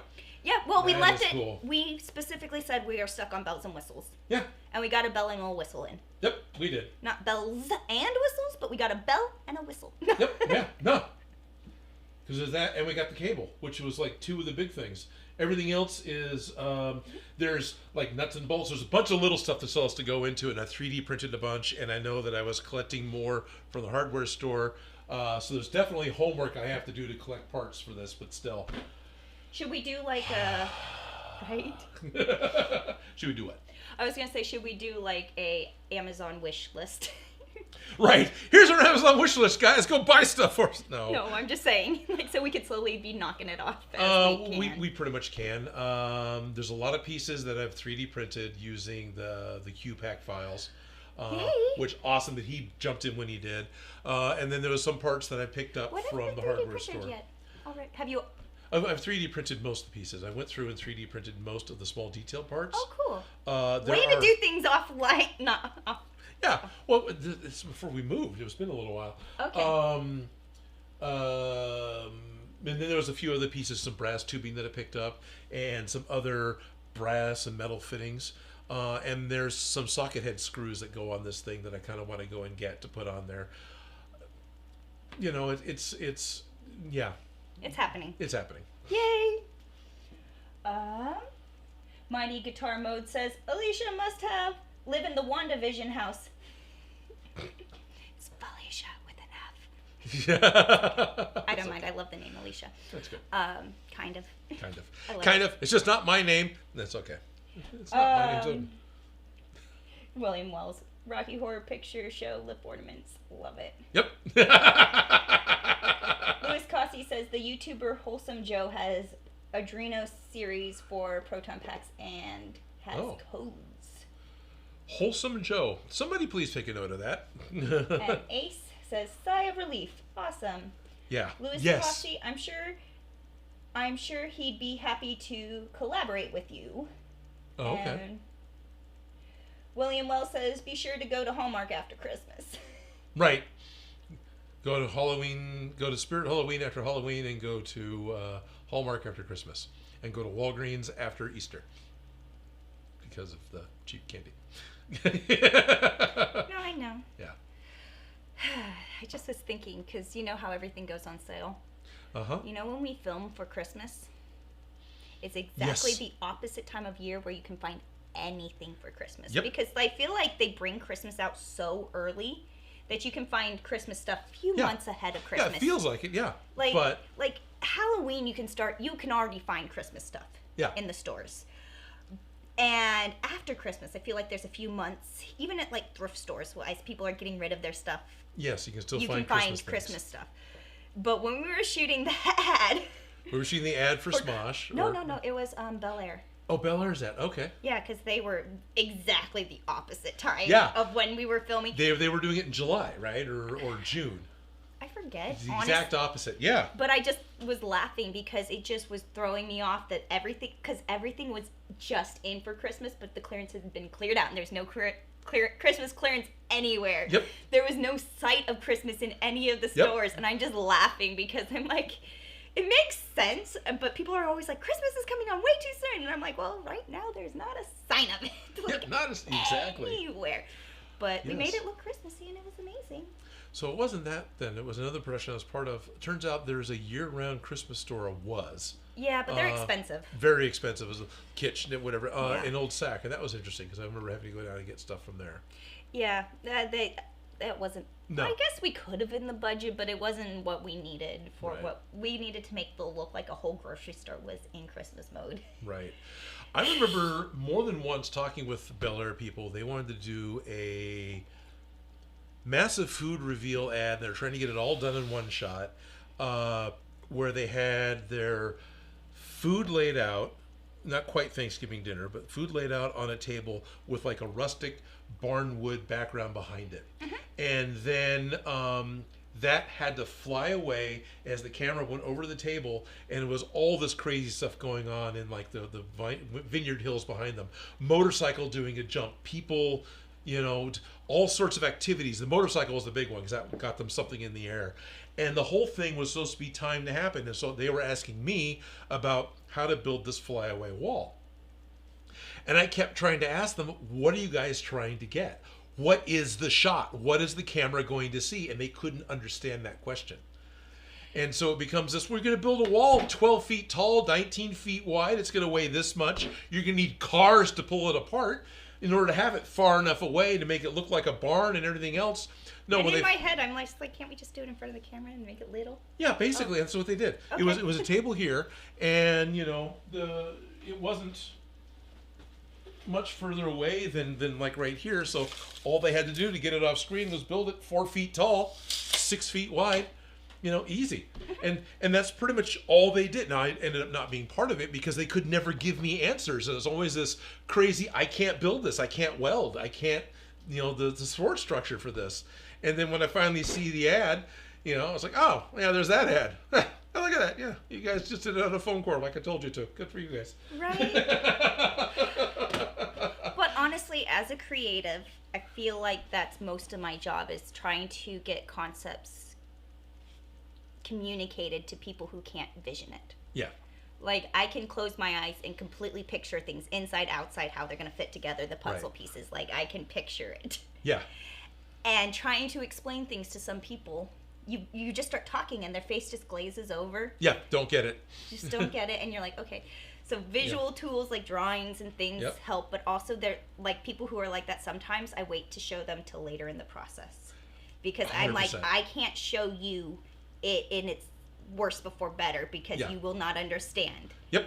And then there's also people who work with me enough that they're like, I have no idea what you're saying, but I know that you know what you're talking about, and it sounds, I'm going to trust you. Like, I get that a lot. Which I'm grateful. That's what I've got right now at work. So at my day job, I've got a long-term project that I've been editing. And in order to relieve stress on my processor, I wasn't going to bother with doing any color correction until towards the end. Because the entire thing was shot in such a way that you have to, it's a vlog. It's a weird way of compressing all the light and dark and the color value. It makes it all smaller than what it looks like. So you have the room to stretch it out and get artistically what you want. Anyway. So problems you've had before and have already know the solution and work. Yeah, exactly. Not worried about. So the two main cameras that we shot this with did that. The drone doesn't. The drone just shoots it as it sees it. And so here's the work in progress. No, we really need to see a work in progress. Here it is. There's no music. This is what's going on with the colors. And the biggest note back acknowledged what I said about the colors, but they still had concern that there's these, when the guy is in the tree, it's all a bright color, and just wanted to make sure it's going to be all okay in the end. It's like, yes. So at this point, that is something I just get to do. I'm going to have to color correct it now and let it render for an extra 2 hours every time I change anything. But, I'm on the clock, so fine. That's what you want. We're solitaire. That's okay. One time I was making these puppets and I had just fake eyeballs, like temporary eyeballs in just to hold the place while I made the actual real eyeballs and showed a picture to the person because they wanted in progress photos. Yep. And then when I put the real eyeballs on and I showed them the final project, they were like, well, what about the other eyeballs? Yep. Yeah. Was that the puppets with the spoons? Yeah. So you had to lose the spoons but the ping pong balls back? They weren't even ping pong balls, but yeah. And they looked. Yeah, the spoons Not looked my way opinion. better. I helped you with that. Yes, the spoons were a great idea. Had I never showed them the in progress photo, Wow, we got super chats. I wasn't paying attention. We got super chats. I was trying to, but then I got distracted. Sorry. I'm nearsighted. I can see the colors, but I can't read anything. Before we super chat, there's one comment right above it. John Valencia or Valencic. I can butcher anyone's name. Says, I would love to do a collaboration with you. I think that's the person with the sound that we. Oh wow! Really? Yes. Oh, cool. So Joe has a Drino series for Proton Packs, and he codes, and then he's actually in the chat saying, "I would love to do a collaboration with you." Oh, okay. Just throwing that out there so it doesn't get lost. Great, thank you. We'll have to figure out how to communicate. You got to let me know what I need to get a hold of, and then we'll get that working. You can also DM him on Instagram to get a hold of him if that helps. Yeah, it does. I'm a little behind. I'm paying attention to that, but yes, I will do my best to. I was trying to think of the easiest way to get. That's a hold of you. That's gonna be the easiest way. Okay. Dan Does Junk did a $100 super chat for Shop Gremlin fundraiser. Happy holidays. Wow. Thank you, Dan. Happy holidays, Dan. Shop Gremlin says thank you and got a bunch of wows. And then Ace has a $49.99 super chat. Says get some needed bits and bobs for the pack and keep the progress going. Sorry, I cannot talk right now. Ace has done super chats almost. And it says, let's celebrate the 5th super chat on live stream. So we're celebrating it. I don't know how to celebrate. On the 5th super chat? Yeah, let's celebrate their 5th super on a live stream. Aces. Because the last 2 or 3 live streams, Ace has done a super chat. And they've been big super chats. Thank you. And is that another one? Oh, no, that's another button. The poll thing. I don't know how to get rid of the... Okay, sorry. Figured it out. That's fine. Just click it more. And then we got Mustafa El Kholi saying, hello from Egypt. Hello, Egypt. Sweet. Hello, Mustafa? I don't know. I can butcher anyone's name. I can't even see it. Mustafa. Hello to Egypt.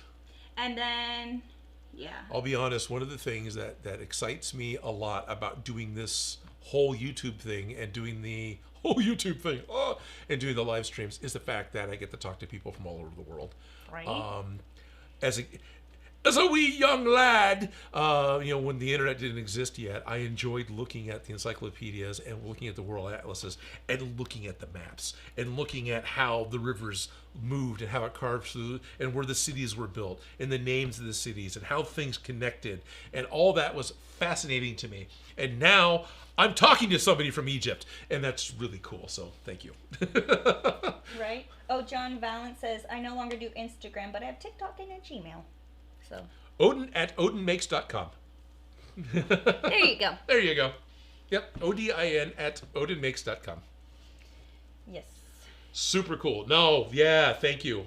Yeah. Let me know what I need to get. It's a worldwide project. People are invested now. We've still got ecto goggles patterns that I think Lewis sent us. Still have pack patterns, 2 different, not pack patterns. Trap patterns, 2 different trap patterns. We have your suit that needs to be dolled up. I've got 2 suits. I found my original suit while moving. Awesome. Not quite sure exactly where it's at, but I know I have. And I was just going to borrow the one from Broadway Costumes. Good for you. So that I could just use one that was already made and done. Yeah, good for you. But it wouldn't be my own, so I'd have to borrow it every time we... Right, so you may want to just... It wasn't that expensive. It'd be interesting to be able to look at the suit that I bought in the 90s. That was the replica flight suit, whatever, versus the one we recently ordered that was originally for Barf and then also for Ghostbusters. At this point, I could commit one suit to both. But well, that's another collaborative video we have to do is the Barf. Got to finish the Barf one. Yep. Another costume, which is fine. Eventually. It's not like you're going to run out of content ideas. No, absolutely not. And no problems doing Barf. It's just kind of fun that now there's somebody else I know that's always showing up the cons I'm at, and every time he's wearing Barf. And I love that I converted him to the top stick. Right, yeah, you did, didn't you? Because his eye patch kept falling off. Yeah, and he had it glued on with the thing, and I'm like... spirit gum or whatever. Yeah, spirit gum. Yeah. Even the glues, the facial glues, they're itchy. If they pop off, and you can't necessarily glue them back on. But Top Stick is amazing because you can just pull it off and stick it back on. I have my Harley Quinn mask. It still has the same top stick from the last time I wore it, and I just kind of stick it to the costume. Camera 2. And this is what we're talking about. Yeah. And if you look at it, It's a piece of tape. Yep. Oop. It's effectively an adhesive bandage. It's You stick it, and I'm wasting I a don't piece care. so that they can see, and then you can stick it to your skin, and you peel it off, and it holds it, and it holds it comfortably, and it's not itchy. And then also when you're peeling it off, it doesn't get your hair, and it doesn't hurt because it's meant for the top of your bald head to hold Yeah. a toupee to it. Yeah. And I can stick it and stick it and stick it, and it'll still. Yes. And I've had things go through the washing machine and it still sticks. So, top stick. And it's not like too like- sticky where it's like icky. It's $10 or $20 for 2 of these boxes. And I'm still working on these boxes. It is worth it. Like, It's that weird, like, thank you, tape thing Ivan. yeah. This Yes. was one of those things that Ivan showed me. Oh, And right. He used it for the microphones. yeah, Yeah. because it would stick the microphone to your shirt and to your skin at the same time, and it's not pulling out chest hairs. Right. So So there's more, top stick stuff. So it is 2:00. Never got around to playing with the Creality 3D Otter scanner thing. Super apologize to Creality. I'll adjust the description to make sure that that's not still listed there. But I do have that thing, and I do need to do a review of it. The fact that I haven't put out build videos is partly for a mental roadblock for me for getting the review video out. Is why would I do a review video of a product when I can't bother to get my normal content out? But Creality sent this months ago, and it is a handheld 3D scanner, and it works incredibly well. It works really well for the way I want to work. It's able to. is this somebody's teeth then? That is, it's not. So this specifically, so it works really well. The 3D printer. It's not cheap, but it's freaking worth it. I've played with 2 in house and a third one additionally, and that's the test object it comes with. And by far, out of the limited scope of ones that I've worked with, this one is my favorite and the one I'm always going to be using. Yeah, this little owl sculpture is the test object it came with. So It is so cute. It's a little teething baby owl in Yeah. its little half eggshell. Who would have thought? But this gives lots of texture, and the scanner doesn't just do texture. It also has a RGB camera, so it's able to lay images back on top of the 3-dimensional object, so it's able to recreate the owl. Is this the one that you were having troubles with because you were being too thorough and it was getting annoyed of you? This one only, no. Okay. That was a different But that one. was an issue you were having? But that was an issue I was having, because that other one that I played with, once I went over this portion of Felicia, it didn't want to see it again because it tried to tack it on to what was pre-existing. And so I come at it from like I'm painting with spray paint. I go back over what I did to make sure I've got a coverage. And the computer was not happy with that. This model, nope, totally happy with that. It understands, oh, I recognize this pattern. It goes over here. And you can put things together. I ended up over scanning something on my computer to the point that it took an hour and a half to process it because I just did way too much. That was the only problem. It became a processing problem. What you have in your hand over there, you tried to ask about, is it is not someone's real mandible. This is a mandible from the Revell or model kit. Okay, because And- this tooth needs a little dental. Yeah. So it's like, that looks like it could be a real person's. Well, back in the 50s or 60s, whenever It this was a real particular person? kit, it could have been taken from a real person. I doubt they sculpted it. They probably took a medical skull and made the model kit from it. So my friend Professor Mojave had this, and we went over to scan with it. So I've got all this. It was going to be part of the video. It still will, I guess. And for the fun of it, we brought this particular skull out and started to do a scan of it. And the mandible is just held on by tension, so you can just separate from the kit. I mean, in life too, basically, you can just separate a little bit and it comes off, just like that. So which then allowed us to be able to scan not only the top with the teeth and the upper bits, but then turn it over and get the bottom of the mandible. And then this was actually 3D printed in a rainbow filament by Shop Gremlin. So this is the scanned file turned into a 3D print at the same scale. And so I'm super excited and happy about the detail that it got. Is it perfect detail? No, but it's got some pretty impressive detail for right? a Got handheld little 3D scan. Yeah. Dimples and... Right, well, there's blood vessels that go through these holes on your jaw. yeah. So, yeah. And the fact that, you can turn it over and scan it again and then piece it back together and dump off garbage. So garbage meaning you like scan parts of the table. You can lasso that in its program and say, ignore this bit. And so, no, super cool. Creality, I love the fact that you wanted me to review this thing. I am heavily apologetic that it's been months and I haven't done it yet. I'm excited to play with it, though. Yeah, because I want to scan heads and I want to scan hands. And at this point, we could use this to scan the top of the floor polisher that I have for the PKE meter in order to 3D print parts that'll fit it. That's awesome. Yeah. That's really cool. So, I'm excited. Yeah, super excited about that. I love living in the future. Yep. Very, very cool. Right tool for the job makes it so much easier. Yes, it does. Now, I do know it's 2 o'clock and we have an appointment. All right, let me go check the last of these comments and Please. then we can say our goodbyes. Louis Cossey, Felicia, check out the patterns and font for your name tapes. Okay? Felicia doing ad for Topstick, LOL. Yep. They want to sponsor me. I totally will. Oh, yeah, no. And then he says, what about Joe's sticky stuff? I've never heard of Joe's sticky stuff. I haven't heard of Joe's sticky stuff. I should probably. And then Mighty Guitar Mod says, Jack Nicholson would love that. He's allergic to spirit gum. A lot of people are, actually. I hate spirit gum. I don't, personally, I don't want to wear spirit gum. It's itchy, it's gross, and I'm greasy and oily, and it doesn't stick, but Topstick is my favorite. It's, the best. Yeah. If I can get away without using it, I will. Yeah, I've known other people who are allergic to spirit gum and amazingly allergic to hospital paper tape. And Supra Holium says, we love Ivan, SMC. Yes, nice. SMC. Who's saying this? Super Kalang. We love Ivan. Okay. I don't recognize the name. But yes, we love Ivan. But yeah, totally love Ivan. And then Mighty Guitar Mode, do you normally edit out the dog? I don't know. No, I don't typically edit the dog. I don't edit anything in the live streams. When we're done, it goes up and it is what it is. I don't even watch them again. I haven't brought Bruno, and Toby's no longer with us, so. Right, you haven't brought Bruno by here yet. No.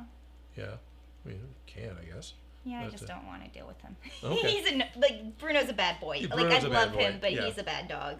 Yes. As much as I love him. He's a good dog. He's a great dog. He's a bad dog. He's a bad dog. Yeah. Bruno is a sprinkler system. This weekend, I was able to help we found a dog lost on the road, and we were able to reunite it with its owner. Which is awesome. And that dog was so well behaved. I was like, look at Bruno. Yeah. Look at a new puppy you can corrupt. 14-year-old dog, but still. But still, look like a puppy.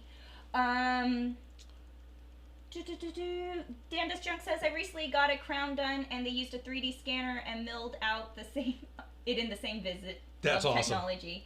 That's awesome. And Michael Ferris says, happy holidays, Odin, from the Terror Dogs Squad. So yes! Welcome, all y'all. Thank you, Terror Dog Squad. I got lights! Louis Cossey, Michael Ferris, which way do your cyclotron lights go looking at it, clockwise or counterclockwise? So I think he's still trying to figure out, because Louis Cossey, all of his are counterclockwise. Right, so mine are matching his right now. And Terror Dog Squad, same thing. Which way does it go, I guess? Yeah. And Michael Ferris says counterclockwise. So we're still in the majority. Counterclockwise camp. Okay. And then Spuracelium, it's our new YouTube name, Sac Media Center. Merry Christmas. Nice. Okay. Oh, welcome. Hi. Excellent. That's what I figured for SMC. Okay. Hello. Okay, right Sac on. Media Center. Over my head. Oh, you didn't see SMC? Yeah. Well, even a SMC, what is that? A video game? I'm not realizing. I just assume it's probably a character. I don't just assume. It's the Sacramento Media Center, which was the establishment that my studio was previously in, and Very cool. If you do need set needs or something else, then please check out SMC here in Sacramento. Yeah, they're great for audio and visual needs. Yep. Yes. And then John Valencia, can't wait to work with you. Michael Ferris, Nice. yay, lights. And Danda's Junk, happy holidays, everyone. Happy holidays. And so I will trade sides with you Okay. so that you can Now do our sign-offs and stuff. Usually every other week is what we want to do. Sorry to talk. Usually every other week is what I want to do for doing live streams. However, in 2 Got weeks... this on me. Stuck it in my hair. Stuck it in your hair. But in 2 weeks, we're going to be at SAC Anime. So What day is it on? It's going to be the 3rd, 4th, and 5th. I will not be able to be there Yeah. the 3rd and 4th, but I will 100% be there the 5th. The 5th, Sunday the 5th? Okay. Sunday the 5th, Very cool. yeah. So those weekend, that particular weekend, which is 2 weeks from now, I'm pretty sure, we're not going to be able to live stream, so I'll try and do a live stream the weekend after that. John, is that his name? John Villick? Yeah. John, if that gives us enough time to try and get some stuff put together for the sound, that would be great, because I would like to move forward on that as quickly as I can, because if I don't, it'll be months. But at the same time, hopefully I can afford to get what I need to get. Right? I might have it too. I've got some boards left over from previous projects, so figure Right, it but out. we're making progress, and we have lights. We have lights. And we have to finish laser cutting our backs out. Right. Now, what would be cool is if you guys, John, if you have what we need for the Neutrona ones, because that is something we don't have yet. What don't we have? Oh, Any lights for it? Yeah, that's true. We do Yeah. have the spaces, but we don't have the... Don't have the lights. Yeah. And what I like to do with that is keep the battery in the pack, because And there's go a through the cable tube anyway. to the- yeah. Even if I just put in like a 4-DIN cable or something to be able to disconnect it, which I don't think ever needs to be, but it's one of those dumb things I think about. Anyway, so in 3 weeks, we'll see you again for another live stream. If you just can't get enough of me, please check out patreon.com/Odin Makes, because I've been doing Advent Chaos, Advent Horror Chaos, Advent Blind Bag Chaos with Shop Gremlin.